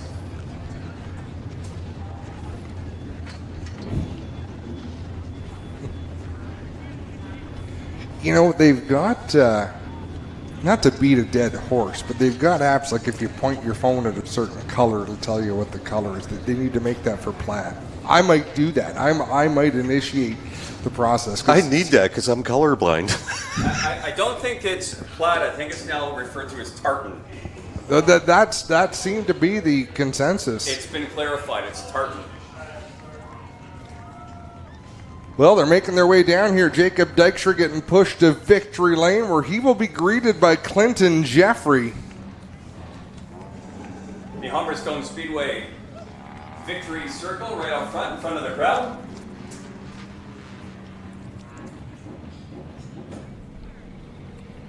The number 5D. Well, as we wait for Jacob Dykstra to get unbuckled here, I got Tony Spiteri from Pinty's. Tony, thanks so much for your support of the sprint cars. All this Pinty's All-Canadian weekend. Being a Port Colborne boy yourself, pretty good to be back at the track in hometown. I can't tell you how good it is to be back at our home track and actually be proud of it. What about the fans? What do you think of the work Terry and the crew are doing down here? Sounds pretty good, doesn't it? And our folks at G-Force, I mean, to be able to, I got a lot of friends that from Port Colborne living all over Canada, and they're able to watch it all day, right? Well, he's out of the car. How about it for Jacob Dykstra, ladies and gentlemen? 2 for 2 on the Pinty's Action Sprint Tour this year. We'll get him down here and talk to him. Jacob, we talked to you at intermission. You said you're starting 8th and you felt pretty good. You got to feel pretty good here. 2 for 2 in the point leader coming out of your hometown after 2 races on the Action Sprint Tour powered by Pinty's. Yeah, I feel amazing. My crew, they've set me up with a great car. My dad, he's been doing a lot for us. And, man, I got a tattoo this week of Bob Bedezowicz, and this one was for him, man. He was a really big part of our family and the whole racing community. And, yeah, this one was for you, buddy. I got to thank all my sponsors, Mavericks, A to Z Expediting, Westside Automotive, Dow Auto, Sundance Solutions, Simplistic Linens, 24/7 Water. Man, I'm sorry if I forgot any, but this is just awesome. I'm having a blast right now. Pretty pumped up, Jacob. Can you do it 2 for 2 tomorrow night? I damn hope so, man. It's going to be a good weekend. How about a hand for Jacob Dykstra, ladies and gentlemen, picks up the victory here tonight in the Pinty's Action Sprint Tour, race number 2 on the year.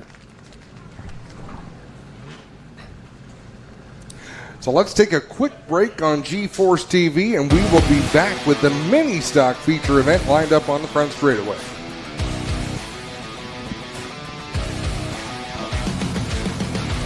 When you think about it, productivity starts at planting. So it's time to rethink how productive your planter can be. We did with the new Case IH 2000 Series Early Riser Planter. We rethought your row unit so it's tougher, more accurate. We rethought your meter, took the most precise technology, factory installed it. We rethought every inch of the Case IH early riser planter to make it the most productive planter around. And if you think about it, that's exactly what you want. There are a lot of things in this world that are fake. Your food shouldn't be one of them. Pinty's Man Cave sausages and street dogs. Authentic food for real people. Crave the cave, friends. Pinty's Man Cave. A guy like this, who relies on his truck for work, knows that his truck will take care of him if he takes care of his truck. And WeatherTech has always been the ultimate protection.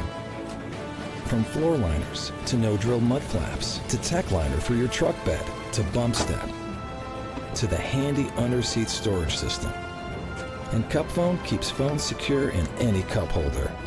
Order your ultimate protection today at weathertech.ca. Welcome back to Humberstone Speedway, Pinty's All-Canadian Weekend. It is time for the 15-lap mini stock feature event. They've been waiting patiently on the front stretch while we do some photographs here still with Jacob Dykstra, a hard-earned victory, a fantastic race. Folks, here's how they're going to line up for the mini stock feature event. On the pole in the number 24 is Rodney Rutherford. Alongside him out of Smithville in the 6X, it's Mike Sarantakos. Starting third from Waterdown, the 01 is Tristan De Silva. From Caledonia, the 21X is Mark Bazine. Starting fifth from Beamsville, the 7B is Sean Cuse. Starting sixth from Parts Unknown, the 222 is Nick Massey. Starting seventh from Ancaster, the 16 is Fabio Oliveri.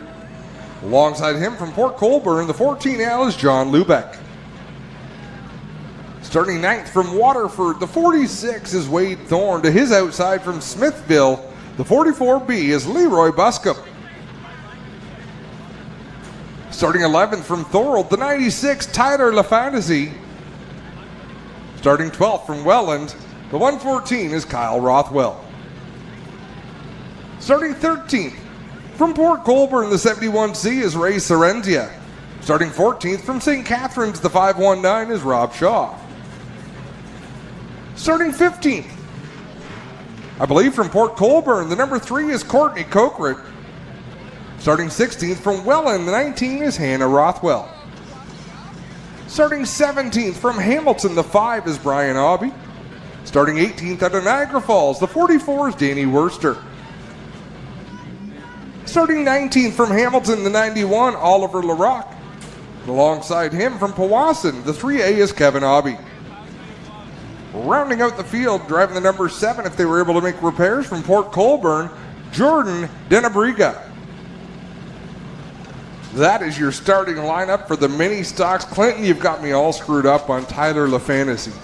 We were doing so good for years with LaFantasi, and now we got a new pronunciation, and I just can't nail it. I can't stick the landing on that one. I don't know. Hopefully he wins and we can find out for real. Because for 10 years when I was the announcer, I called him Tyler LaFont. Now I'm confused. LaFantasi is what we've gone with for a while. LaFantasy is what they're calling him. Yes. I'm calling him the 96 TMR car. How about that? Tyler. Easy. There you go. 2 in, 2 to go. Features remain here. Are we ready to go green this time around? Wow, the mic's working and everything. Hey, what happened? You're live. High five, boss. Hey, it's all good. This is going to work out, Steve. Mike Bowman behind the wheel of the Humberstone Pace truck tonight. Nice. The Brian Cullen Motors. Official Pace truck. Chevrolet Silverado RST. See, Steve got his headset working at the perfect time for that. Yeah, I might go home. I think I'm done. And help Greg eat your way out of the bathtub? Oh, pretty much. I ran. I should have kept going. I was doing all right with that, and then I ran out of steam. I think I came up with four ice cream stories. Not that any of them were good, but I put in the effort. He's going to say you were at a lasagna eating contest all weekend tomorrow. That's all we're going to hear about is lasagna and ice cream. Back in the day when I used to come to Humberstone Speedway when I was 15 years old, Gordy Wilson was the track announcer. Yeah. His famous words were, "Here they come around turn number 4. Bumper to bumper, nose to tail, door handle to door handle." And here we go. Gordy trained me back in the day. Here we go. And it is Rutherford on the lead here into the bottom of 1 with Serentakis dancing up on the cushion. Here comes Tristan Da Silva. Dan Worster made a bold move on that start. Looked like he might launch up into the 2nd or 3rd position, but he fell back, and Tristan Da Silva with a good opening lap. Not quite as good as Rodney Rutherford, who holds down the lead. Yeah, that Gibbs Action Sports Leggett Chevrolet 01 of Da Silva running very well. Bazine in the Burger Barn Petrol Plus 21X. We know he can get the features one as well, as they had to jiggle it too, but they sorted out. How about Burger Barn Racing? They've got representation in every division tonight, Clinton. Yeah, multiple cars. They've got Bazine here, Thorne in the Thunderstocks, Erskine, Lemaire, Turner. Lots of cars here tonight. Good support by the Burger Barn crew. And Rodney Rutherford tries to hold off the Jib 01. I'll tell you, this is a short race, only 15 laps, but I'm watching Wade Thorne a little deeper in the pack in that horribly ugly number 46. He is quick. Thorne has always been quick at him from his bomber days at Oshwegan. Back into the mini stocks, picked up a couple feature wins at the Big O. And yeah, you said it doesn't got to be pretty to be quick, and he is definitely both of those adjectives tonight. Makes a nice move there to the inside, moves himself up into the 6th position, knocking on the door of the top 5. And speaking of knocking on doors, Tristan Da Silva about to mount a challenge for the lead. How about knocking way out on the far door, and that is Kyle Rothwell, stuck back in 10th position right now in the 114. He's got a long way to go in 10 laps to make it. Long way to go and a short time to get there. I won't say it can't be done. Well, I'll wait till he comes around turn 4, and then I'll say he's eastbound and down. I wasn't sure which way north was, so I couldn't even go there. Hannah Rothwell stopped here, and they get told to get it slowed down on the one-way radio. And the caution comes out. We are under yellow. So we were talking earlier, Adam, about the bad luck for Hannah Rothwell. Coming out of the go-karts, Dad Kyle, who we know has a rocket ship of a car, built her this car as a graduation present last year. And I don't mean like June that just passed, the June that passed. So she's been waiting a long time to get this car out. They had trouble with it last week at Maryville. They had front-end issues and a starter problem, I believe. So she has just not had the luck. And if you read Kyle Rothwell, it's a father making these reports on Facebook. He just feels terrible, wants to get her going. He says, we will get this car going for young Hannah. If he wants to get her going, put her in the 114 and let him work out the bugs in the 19. Come on now. He's trying to get her going. He's not trying to lose. One thing that's really cool about this division, you've got front-wheel drive, you've got rear-wheel drive, and you've got small pickup trucks all out on the track at the same time. How cool is that? Well, that's the thing with a four-cylinder division. It opens the door to a lot of vehicles, and as we see, our speed camera did finally get hit there in 3 and 4. That's probably what took out the radiator in Rothwell's car, and was your positioning of our speed camera. Hey, don't say that. They're going to start sending us the bill. We're not admitting to nothing tonight. Do they have video G-force proof? Because then we'll talk. Oh, there it is. Actually... yeah, actually we do. I think something hit it from the other side of the guardrail. The cars had all gone by already. And then you saw a big shudder out of the camera. That's just like another cover-up story. Do you think it was a plaid car? Conspiracy theories. It was a plaid camera. Coming from an ex-driver.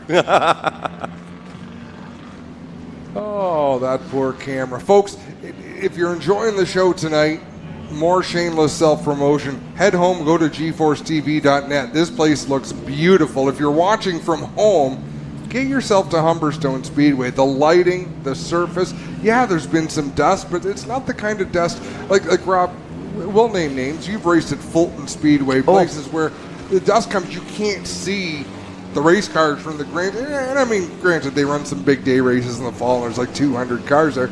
You'll have those, but there are places where the dust is inconceivable. You can't compete with it. This is just a little bit of floating dust, just enough to remind you, hey, I was at a dirt track tonight.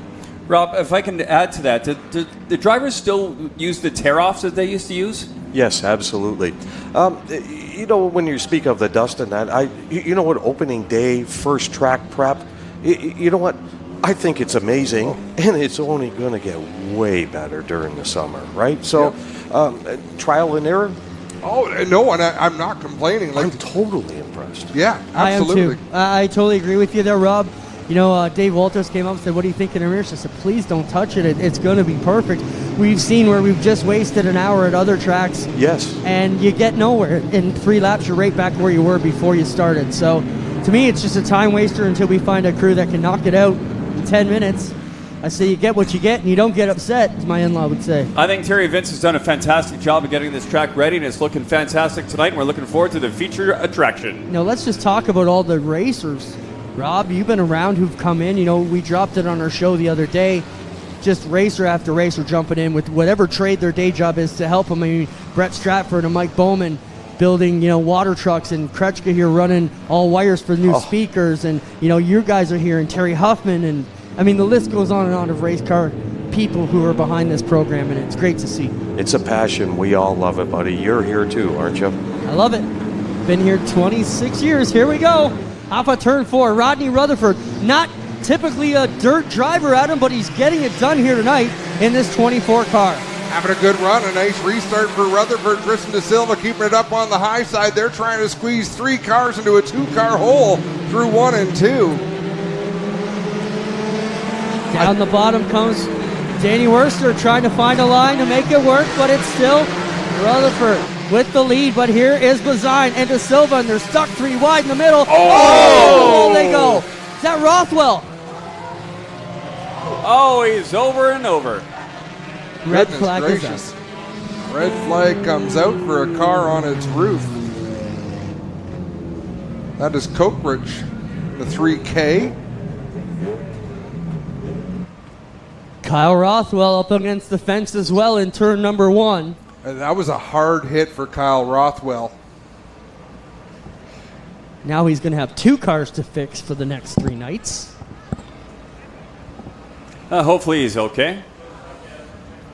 We got our safety crew out there, our fire crew, paramedics, everybody on hand to make sure he's okay. So let's have a look at the replay. They're coming off of turn number 4. And just someone, that truck picked up a bad push. Kyle Rothwell hit that wall at an ugly angle. Safety crews on the scene going to work here. Spencer, let's have a look at turn number 1, the damage to those race cars. I just want to mention Courtney is okay down here, working her way out of the car. Going to take a moment, but she is talking and getting out. So that's a good sign. The challenge with being upside down, and Clint, I had this conversation. That's why I said we should probably go to turn. I had this conversation with my son Connor, who races on the asphalt. I said, if you're upside down, do not undo your seatbelt. All you want to do is get out of the darn car. And the challenge is all of the safety equipment that you've got, it holds you into that seat. So you think, I'm just going to undo my belts and take off. You undo your belts and all of a sudden you're crashing down on your head. Imagine jumping upside down and just landing on your head. That's what you're about to do if you undo your belts, Rob. Sounds like a second accident. It can be.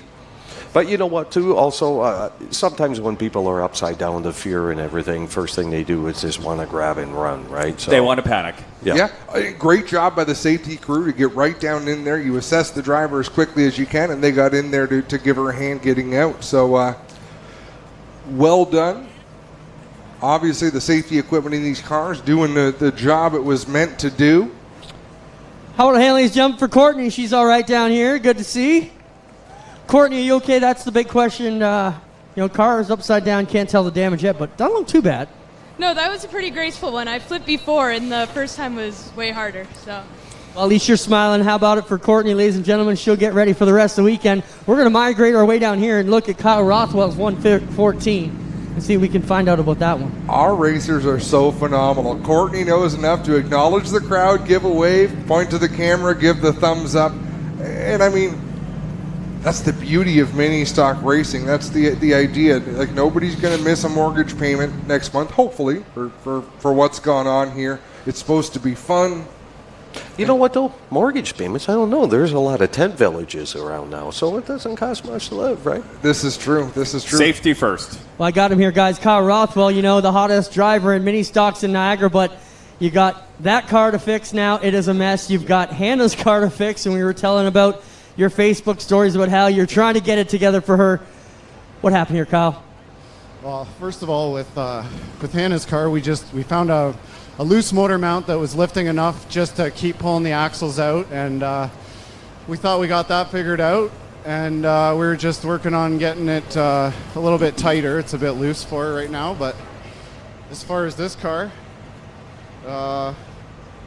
I got another car sitting somewhere. It doesn't have an engine or nothing in it, but it looks like this one's getting taken apart. Really, Kyle? So what's the major damage? Obviously, the door is a problem here, but that's cosmetic. What's mechanically going on in the front end? Just from what I can see, it's everything on the right side's pushed in. So lower control arm, axle, strut. It's all replaceable stuff. I'm sure it's not that bad when we get it apart tonight, but I definitely got the best team in this division, and if anyone can get this car back together or another one, it's this team. Don't go away yet. Hey, fans, if you see Kyle out racing these next 3 nights tomorrow, make sure you cheer him hard because they'll be working hard. Quickly, Kyle, how do you say Tyler's last name? LaFontaine. LaFontaine. We'll be right back on G-Force TV. Thank you, Kyle, for your time.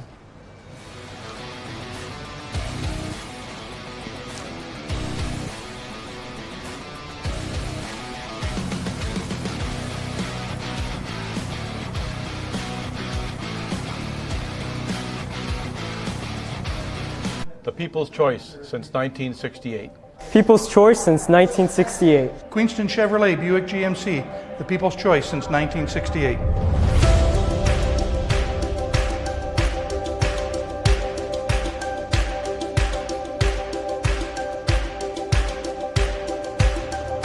Hey guys, my name is Jose and welcome to Queenston Chevrolet Buick GMC. Today I want to talk to you about what makes us stand out and apart from other GM dealerships. So we're family owned and operated since 1968. In those years, we've been actively involved in our community through numerous endeavors. We're also a proud member of the Hamilton Chamber of Commerce. So our GM dealership has won multiple awards throughout the years for sales, parts, and service. So as a thank you to our customers, we have a loyalty rewards program. So any expense that you do at our dealerships will get you points and money. The points you can unlock rewards with, so like details, you get free gift cards once in a while as well. The money you can save up and use for the purchase of your next vehicle. Also, if you show the cards at our local merchants that are partnered with our program, you will get discounts like at Montana's or Turtle Jack's. You get exclusive discounts and promotions. Additionally, we also have a very large lot and inventory, lots of trim levels, lots of colors for you to choose your perfect vehicle. Thank you. Remember to visit us online on QueenstonChev.com or come say hi in person at our dealership so we can show you why we have been the people's choice since 1968.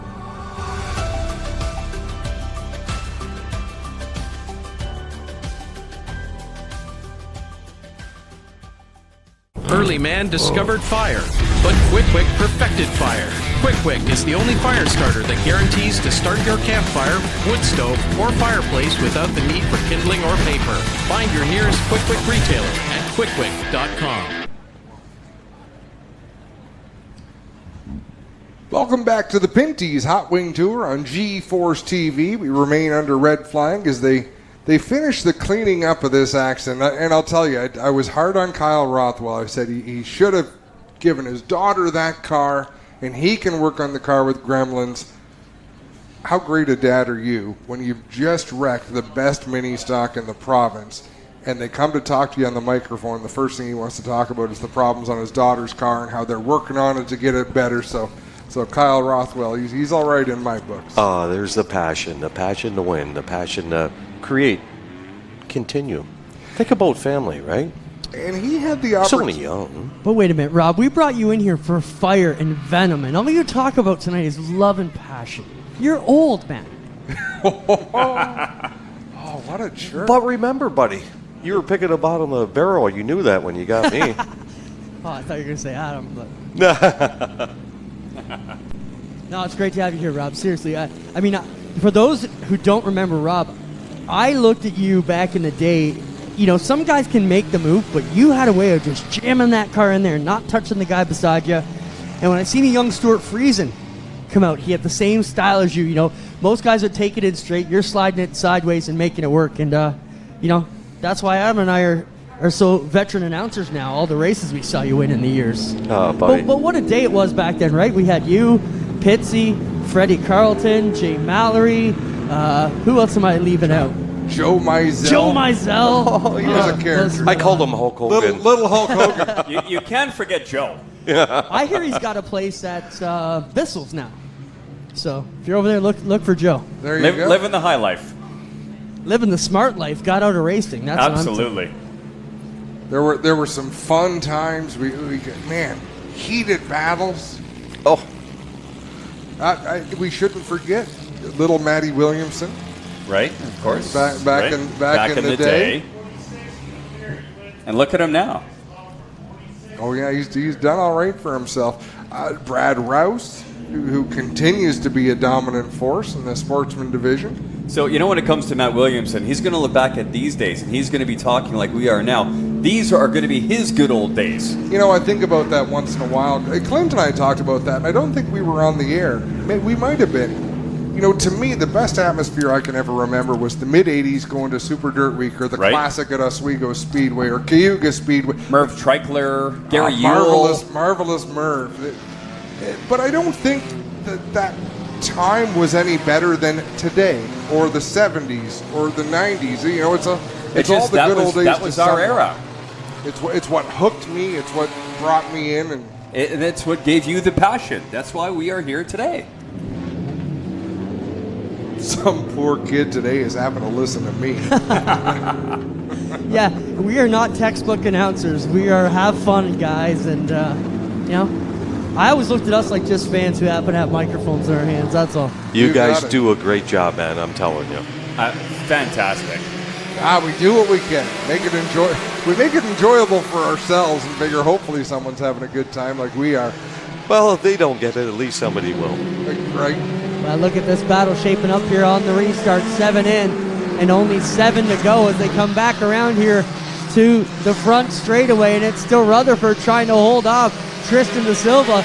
Two kind of Flamborough-y guys, right, Adam? What a nice move, and absolutely Flamborough guys. Tristan Da Silva rolling the high side of Rodney Rutherford as we got them mixing up a little bit deeper than that, but wow, Tristan Da Silva's got that car on a rail. Da Silva, one of the top guys at Oswego in the past couple seasons, and wow, that was a wiggle, waggle, daggle into turn 1, all the way down the front straightaway. The car shaking back and forth, and here comes Rutherford to the inside of Bazine, just chomping at the bit. Well, Bazine got the worst end of that wiggle off of turn number 4 on the last lap. Tristan Da Silva trying to pinch down Rodney Rutherford. 2. Yeah, we got one around in turn number 2. Oh, and Rutherford slows on the front straightaway. Oh boy. And he will pull in on the bottom. Thankfully, they all missed that. There's a car parked backwards. Hey, Doug, car backwards in turn 2. Okay, we're still under green. Someone's got to see that blue car in turn 2. 10 in, 5 to go. Da Silva. You know, it's scary, but sometimes, you know, when something... And I can tell you right now, it was the ambulance that would have blocked Doug Leonard's sight line. Well, I'm here where I am. Yeah, and he just said, can we move the ambulance more to the infield if we could? I was going to say it's the blue tractor with the blue car right behind. It could have also been an optical illusion from the angle Doug was looking at. So thankfully everyone was able to avoid. But that'd be a holy moly moment. Absolutely. You know, talking about Super Dirt Week back in the mid-'80s, I remember the official dirt starter was Bobby Watson. He was Wheat Sport Canandaigua rolling wheels, and he used to get up there and the flags were going. The best there ever was. There was never a better starter than Bobby Watson. Yeah, absolutely amazing. Who was the announcer? I have the name in my mind. I just can't think of it. Jack Burgess. Jack Burgess. That's it. Yeah. Just amazing, and he was one that brought the magic to. See, and he was trying to say I was old. He can remember all this. Jack Burgess, exactly. Yeah, he was like you guys. He knew everything about everything, the history of the driver, the history of the track, where they're from, the car, all the configurations. Yeah, that was amazing times. Yep, and he could bring them to life. The nicknames that these drivers had: Jumpin' Jack and Marvelous Merv and Brett the AJ Jet, Slideways. AJ Slideways. The Doctor. It's one thing to say it, but it's The another Monk. thing to own it. Lou Lazaro, the Monk Lou Lazaro. Yeah. It was just, it was a special time. So what can we call you? Just not late for dinner, right? Exactly. I knew you were gonna Or say for that. ice cream. Yeah. We're going to go back to Green Flag Racing. Tristan Da Silva in that 0-1, flexing some muscle out there. Mark Bazine in the 21 going to start alongside. And here we go. Well, Bazine has not been able to get alongside the 0-1 of Da Silva yet. LaFontaine right there on the back bumper as well, trying to pick up 2 in a row as he won at Maryville on Saturday. Da Silva will open up the bottom, and here comes the 96. Da Silva opened the bottom and then drove back to the bottom, so if he can keep that car down, but in 3 and 4 he goes up the racetrack, big old wiggle. Now he's coming back down again. Whoa, big time. I think there's something wrong in the front end of that car, Adam. Maybe a loose tie rod or something. It is not handling the way he wants it to. It's fast, but it seems to be all over the track on the straightaways. You could be right. You could be right, but he's still making some pretty good giddy up in that 0-1 machine as Mark Bazine working on him. You know, now that you say that, it does almost look. Did you watch where the right front was there, Rob, on the 0-1? Yes. I think maybe he's badly towed out, Rob. Would that do it if you're back like a couple inches out? Oh, for sure. I mean, when you see him come down the front chute, it's you can really notice it on the right front that it's got some issues. I think there's slop in there more than toe out. It just looks like it's. Yeah, that's what I meant. Like something's loose in the front end, and he's trying to chase it, almost like the steering arm's got a lot of play in it or something, right? White flag out this time by Da Silva. Hang on for a top 3 finish. LaFantasy in the 96 machine pulling away from Mark Bazine. Tyler LaFantasy working it down the back straightaway now. Multi-time feature winner here in multiple classes over the years. He will work his way off of turn number 4 for the Twisted Metal Racing Group. And APC, the 96 machine of Tyler LaFantasy, wins ahead of Mark Bazine, and Tristan Da Silva will hold on to third in the 01 with something going awry in the front end. Yeah, way to hold on to that finish. Sarantako is 4th. Lubeck rounding out the top 5. And then it's Leroy Buscombe, Sean Cuse, Wade Thorne, Fabio Oliveri, and Dan Worster rounding out the top 10. And he'll pull up the car to the winner's circle right here in front of the start-finish line here at Humberstone Speedway. And Mark Da Silva, Tristan's dad, will have a little bit of work to do this weekend, but great to see him back at the racetrack. A good showing for the mini stock division. Race fans, and then there was one race remaining, and it is the Knights of Thunder 360 sprint cars. And speaking of sprint cars, we're talking about old times. Do you remember the days of Doug Wolfgang and Sammy Swindell? Absolutely. The one in Nance, like that brings back some sprint car big names. Talk about then and now. Doug Wolfgang not active, but Sammy Swindell can still lay a whooping on most of those kids. Unbelievable. And he lets them know that too on interviews, doesn't he? Oh, he's great. He shows no mercy whatsoever.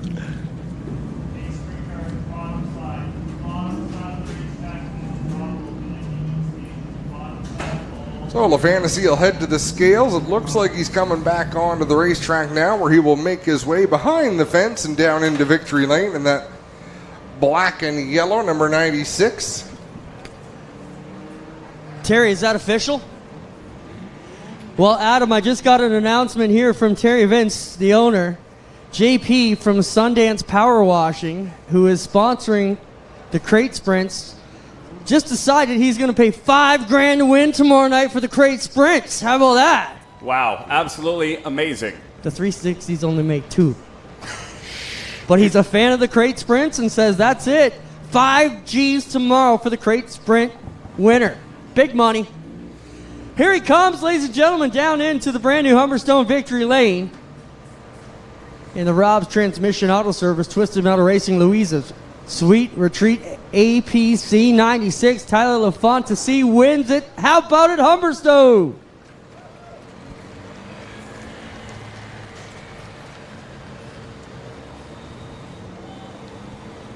Tyler works to get his helmet off. We'll get him around here in the front. No stranger to victory lane here at Humberstone. But he'll be the first mini stock to be in the new victory lane here at Humberstone. Tyler, great drive. I mean, this is 2 weeks in a row that Kyle's had problems, and you were the benefactor of those issues. So you're keeping it going for the TMR crew, but sorry, but a lot of your money's going to have to fix his car and Hannah's. They're pretty beat up, but you keep it going for the team. It's got to be cool. Yeah, you know what? It's great to get one for the team. It sucks seeing all my teammates break down tonight, but we'll get them all fixed up, hopefully back here out for Sunday. You know, busy weekend for you guys. Will you be racing all 4 nights? I am planning on with this one all 4 nights. As long as I don't run out of parts, we'll be good. Who do you want to thank here tonight, Tyler? I got to thank Transmission and Auto Service, APC Parts in Welland, Louisa's Sweet Retreat, and the whole TMR crew, and also Blanchard Signs and Graphics. This car looks amazing. Awesome job. How about it for Tyler LaFontaine, ladies and gentlemen? Gets it done. We'll be right back after this quick break on G-Force TV.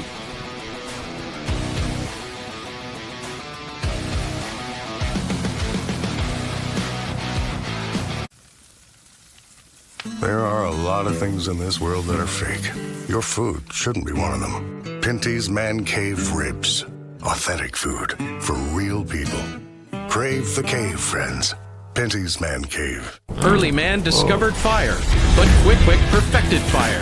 Quick Wick is the only fire starter that guarantees to start your campfire, wood stove, or fireplace without the need for kindling or paper. Find your nearest Quick Wick retailer at quickwick.com. What makes a trailer a Miska? Is it the heavy-duty Canadian steel they're made from?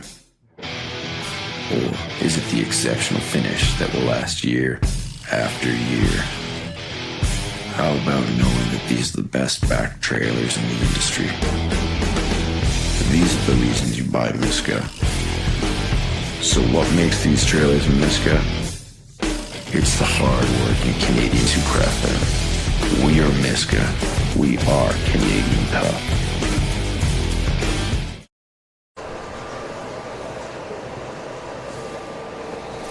Welcome back to Humberstone Speedway, the Pinty's Hot Wing Tour on G-Force TV, the Pinty's All-Canadian Weekend. And what a way to start it off. We've had 3 amazing features. It is time for the Knights of Thunder 360 Sprint Car Feature Event. 25 laps the distance. Here's how they're going to line up. On the pole out of Tilsonburg in the number 13, it's Corey Turner. On the outside, row number 1 in the 90 out of Grimsby, it's Travis Cunningham. Starting third from St. Matthew de Beloeil, Quebec in the 28 is Jordan Poirier. Starting fourth from Hamilton, the 01 is Mikey Krutchka. Starting fifth from Picton, the 84 is Tyler Rand. And starting sixth from Dorchester, the 1 is Holly Porter. Starting seventh from Scotland, the 87X is Sean Evans. Starting eighth from Dunnville, the 91 is Ryan Turner. Starting 9th from Caister Center, the 11 is Jamie Turner. Starting 10th from St. Pete, Quebec, the 3G is Dale Goslin. Starting 11th from Port Colborne, the 5D is Jacob Dykstra. Starting 12th from Fenwick, the 14H is Jim Hoopinen. Starting 13th out of St. Catharines, the 0 is Matt Williamson. Alongside him from Binbrook, the number 9 is Liam Martin. Row number 8 on the inside from Beamsville, the 88H is Josh Hansen. Alongside him from Oshwegan, the 15 is Dan Nanakoke. Starting 17th in the 11J out of Picton is Chris Jones. Alongside him from Beachville, the 5 is DJ Christie. Starting 19th from Oshwegan, the 68 is Aaron Turkey. Starting 20th from Niagara Falls, the 70 is Bailey Hurd. Starting 21st from Waterford, the 46 is Kevin Paul. Starting 22nd from Carrying Cross, the 9B is Scott Burke. Rounding out the field from St. Catharines, the 35C is Corey Gruel. That's how they'll line up for this 25-lap sprint car event.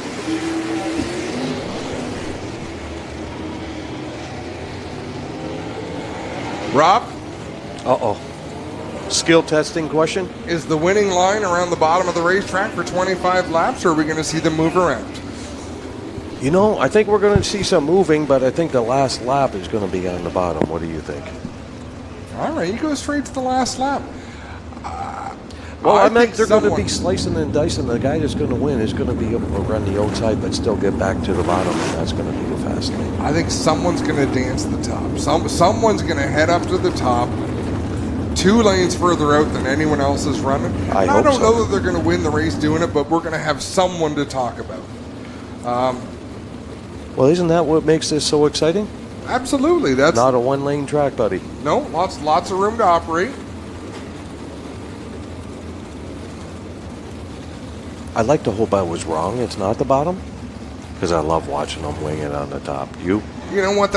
I remember a race at Merrittville Speedway years ago. It was one of Chad Brackman's first modified races, and probably one of Joe Plazik's last races. And Joe was sailing the high side of the racetrack in a typical line, doing a beautiful job. And as the race went on, the second half of the race, Brackman started picking away on the very bottom, running the guardrail, and slowing that car right down on the bottom and just tiptoeing off at turn number 4 while Plazik's just on the outside. And he got him on the last lap. Brackman got to Plazik and made that pass. So it doesn't matter. It doesn't matter if the bottom is where everyone runs and someone goes to the high side or vice versa. Right. There's always a spot for someone who's willing to take the risk to go and find it. Well, you know what? If you play follow the leader at the bottom, you know what that means, right? You're never winning. That's right. Clinton Jeffrey, what are your thoughts? White flag is out. I'm with you guys. Someone's going to have to go to the top. I mean, Turner's going to be strong on the bottom, and I don't think you're going to see Corey move off the rail until he needs to. But we'll watch how this one works out. Poirier trying to keep his Niagara record straight. I think this will be 5 in a row if the 28 can make it out of Quebec and take another feature win. Here we go. Adam, take us to the green. Corey Turner on the inside in the 13. Travis Cunningham on the outside in the 90. Green flag is out. Off to 1 and 2 they go. It'll be a gaggle on the outside. Here comes the 0-1 trying to make a move on the 90. Everybody gets single file back to the bottom. And Cunningham missed the bottom of the track going down into turn 3. He's able to gather it in. Not a great opening lap for Ryan Turner in that Kingpin Farms number 91, but he's able to gather it back in. Corey Turner, though, with a great launch off the start. What you're going to see, guys, is this track is going to change quite a bit, I think, here in this race. You're going to see it go from a lot of tack to being slick at the end of this one. 25 laps with the 23 sprint cars on it. I mean, that's going to use up a dirt track, and I mean that in the best possible way.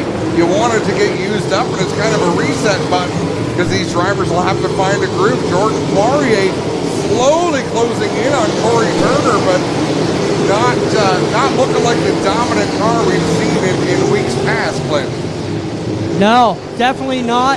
He looks human here tonight, and we got Corey Gruhl slow into 1. He will get clear. We will stay under green, and it's still Corey Turner leading Jordan Poirier, Travis Cunningham, Rand, Krechka, then Porter and Evans. Corey Turner about half a lap away from lap traffic. Kevin Paul's going to be the first car he encounters in that 46 machine. Gruhl just barely rolling back towards the pits. Not sure if we're going to be able to stay green, or if not, I think it's going to draw yellow. Yellow is out. We got one off. It is Corey Gruhl, not clear in turn number 2. And Corey Turner is probably the happiest driver in the facility. He had just caught the tail of the field and was going to have to commit to a different line when that yellow flag came out. See, I will agree to disagree with there, Adam. I think he was all right until the 28 showed a nose. Now this is going to bring the 28 right on the back bumper, and as soon as they get past that cone, it's going to be open season. Jordan Poirier is as aggressive as anybody that we have in this race. He's building the talent. It's fun to me when a race car driver has more aggression than they have talent. And I'm not knocking Jordan Poirier. He's just in that learning stage where Clinton, he's got the balls to do whatever he needs to do with that race car and put it where he needs it to go. He's just not always sure, and he said that at Merrittville after the race. He drove the line that his uncle Steve Poirier used to drive, and he was so proud of himself because he wasn't sure he could do it. That excites me. For sure. We also want to welcome everybody watching in Quebec, courtesy of Dale Gosselin and Jordan Poirier. He got a lot of fans down there. I want to say hello and bonjour to everybody watching on GeForce TV in Quebec. I'll say hello to my dad watching Nova Scotia, so we got them watching all over the country here tonight. That's the beauty of it, you know, get people interested, keep people interested. Folks, if you're on GeForce tomorrow night, we'll be at Sauble Speedway, some great pavement racing. If you're in the neighborhood, come on down to Humberstone. You got 2 more nights of shows here, and it's going to be fantastic. Lights go out on the pace truck. We're ready to go. Corey. Single file past the cone. It's Turner, Adam. Yeah, Turner in the 13, Jordan Poirier in the 28, Travis Cunningham in the 90. That's your top 3 as they head back to the green flag. Turner with a good clean start. He'll make it into 1. Poirier reels right up on the tail tank. So Poirier right there, he couldn't stick a nose in. There was nowhere for him to go. He's right up on the tail tank, but Corey Turner still able to run that line, and boy, he hugged the guardrail nicely through 3 and 4. Dan Nanakoke going to get dinged for 2 spots underneath the cone at the next flag, but he's back in the pack. Not a situation we need to follow right now. As look at Poirier, got that wing jacked right up, trying to chase after the 13. Mikey Krushko with a great run out of turn 2 last time. Drove to the inside of Tyler Rand, but kind of ran out of racing room. See if he tries to set it up again. He backs away from the 84 machine. Not close enough this time, but out in front. It continues to be Corey Turner with Jordan Poirier and his tire tracks that we're halfway through. Ryan Turner up the back door of the 01, and that's going to be a good battle coming up here shortly. 13 of Turner still holding the wheel out front of Poirier, who's 1.5 car lengths behind. Yeah, Corey Turner not able to get away from Jordan Poirier, but he's doing a great job on the inside. I don't see an opportunity right now where Poirier can drive that car to the bottom. Turner's keeping all the holes shut. Corey Turner looking good in that Petro Plus 13 machine. How about Travis Cunningham? What a great run for him in 3rd right now. That independent team, lone soldier, all by himself, getting it done here with his mom Rose helping him out. His first charge into turn number 3 looked a little bit awkward. I thought, oh boy, Travis. But sure enough, after that, he's been driving a great race, keeping a big distance between himself and 4th place Tyler Rand. And we are back to slower traffic. Corey Turner heads to the outside to go around Kevin Pauls. Here comes Poirier. And that was the gap that Poirier needed. Maybe the crack in the armor. Down to 1 as Poirier gets underneath Pauls, gets underneath Turner, and we have a new leader on turn 2. I told you, it's a matter of testicular fortitude, and Jordan Poirier made Quebec proud. Poirier leading now with Turner about a 5-car length lead. Rand starting to smoke in the 84 as he runs in 4th with Kretschka, Ryan Turner, and Dykstra right behind him. Evans was dominant in his heat. He finds himself back behind them. There's a lot of racing still to go. Poirier is not having his way with Dan Nanakoke right now. He's been bottled up. Here comes Corey Turner closing that gap.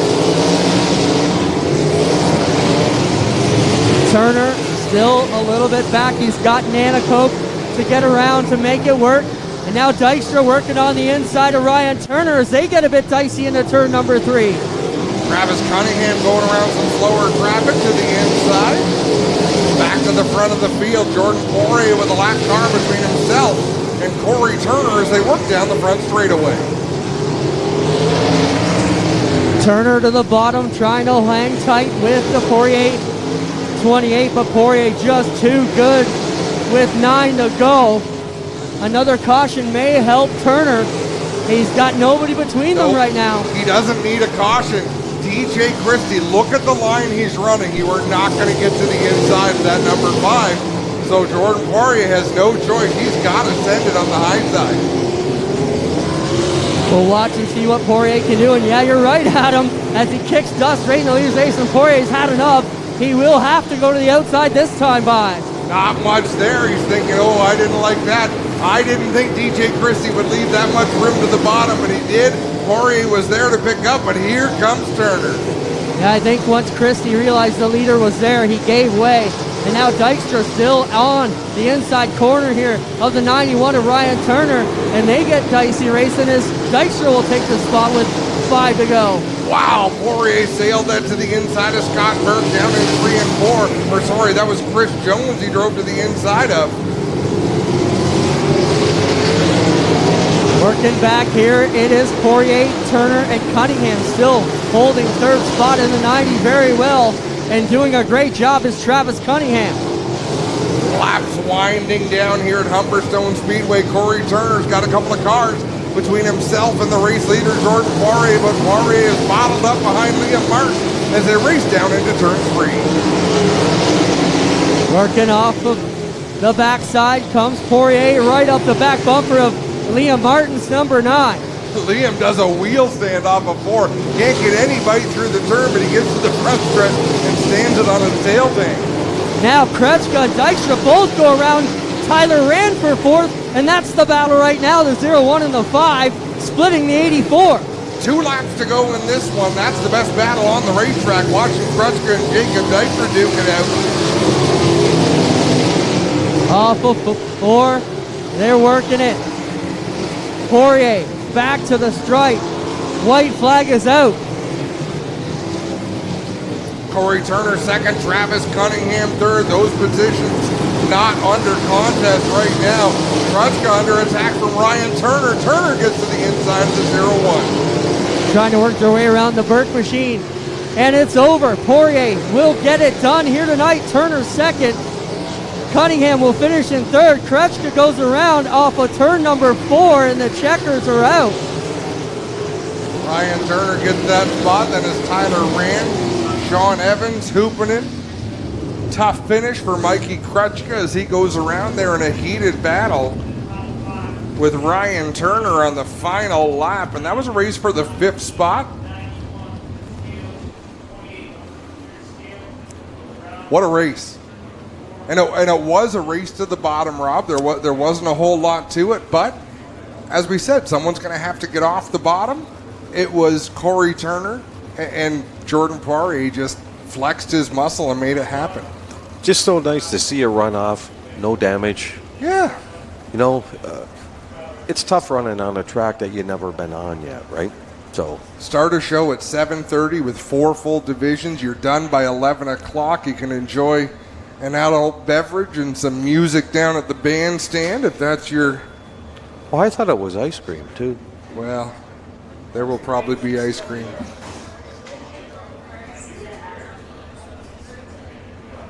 Whew, that's the way to kick things off, folks. The Pinty's All-Canadian Weekend here at Humberstone Speedway. As you say, we didn't tow a lot of cars. I feel bad for Kyle Rothwell. There's some serious damage to that 114. But as he said, that's the nice thing about mini stocks is generally these drivers have been around long enough, have 2 or 3 cars that they can get spare parts off of, or if the wreck's bad enough, become the primary car and they pull all the parts off of their primary. At least these cars are true cars that you can get off the shelf, right? Like at, any parts store. Yep. Absolutely true.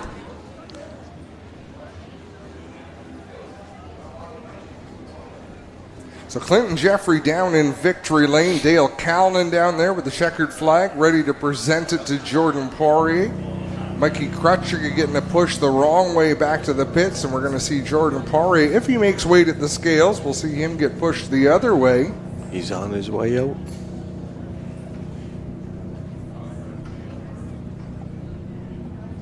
The helmet is off already. See, I appreciate that. I want to see a driver's facial expressions. I want to see the excitement in their eyes.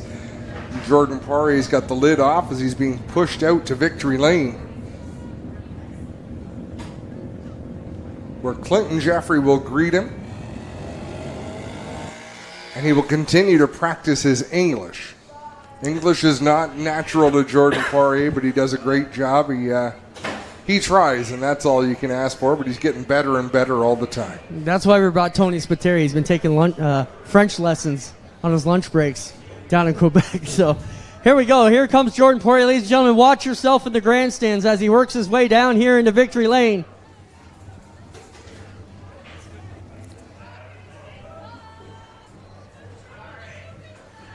The bands have already begun. The party has begun here at the All-Canadians.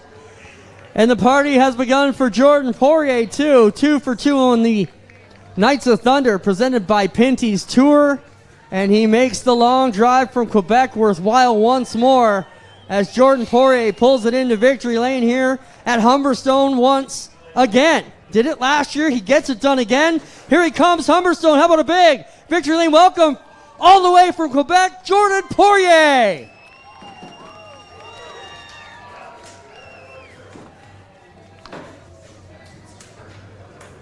Tony, get in there and give him the big sword. He's already got 1. He's got 2 now. Tony, you going to say something in French?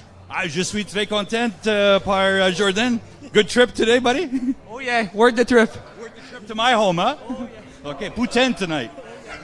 Get out of here, Tony. Thank you. Jordan, congrats, man. You got to be making Ontario your second home. You're loving it here. Dominant. I don't think you've lost a race here in the last 6 times you've come to Ontario. This class is running very well. We got a lot of competitors, but you're on top. Yeah, we've been lucky tonight. Doesn't feel we had the best car in the feature. Corey was better before that yellow. After that yellow, he started to protect the inside a bit too much. I was trying a bit the outside, but it wasn't clean enough. So when I got some lap car, I knew I was really good entering the middle, and I was just driving really, really good. So yeah, it's hard to ask for better. We have a really nice car, really nice sponsor with us this year, so it's pretty nice to bring them 2 times in a row in victory lane.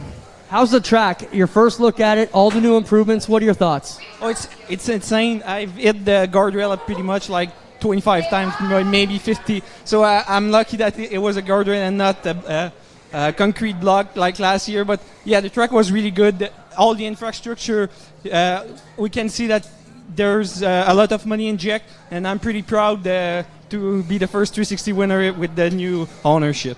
Congratulations, Jordan. Your English is coming along great. The more you win, buddy. Congrats. Jordan Poirier gets it done, ladies and gentlemen. How about it? Well, Clinton, Jeffrey, we had a lot of fun here tonight. We thank everybody watching from home on GeForce TV. We thank the fans that made the trip out to Humberstone Speedway. I know they weren't impressed. On behalf of myself, Clinton Jeffrey down trackside, and Rob Lettingham up in the booth, thanks for watching on GeForce TV. We'll see you tomorrow night from Sauble Speedway online.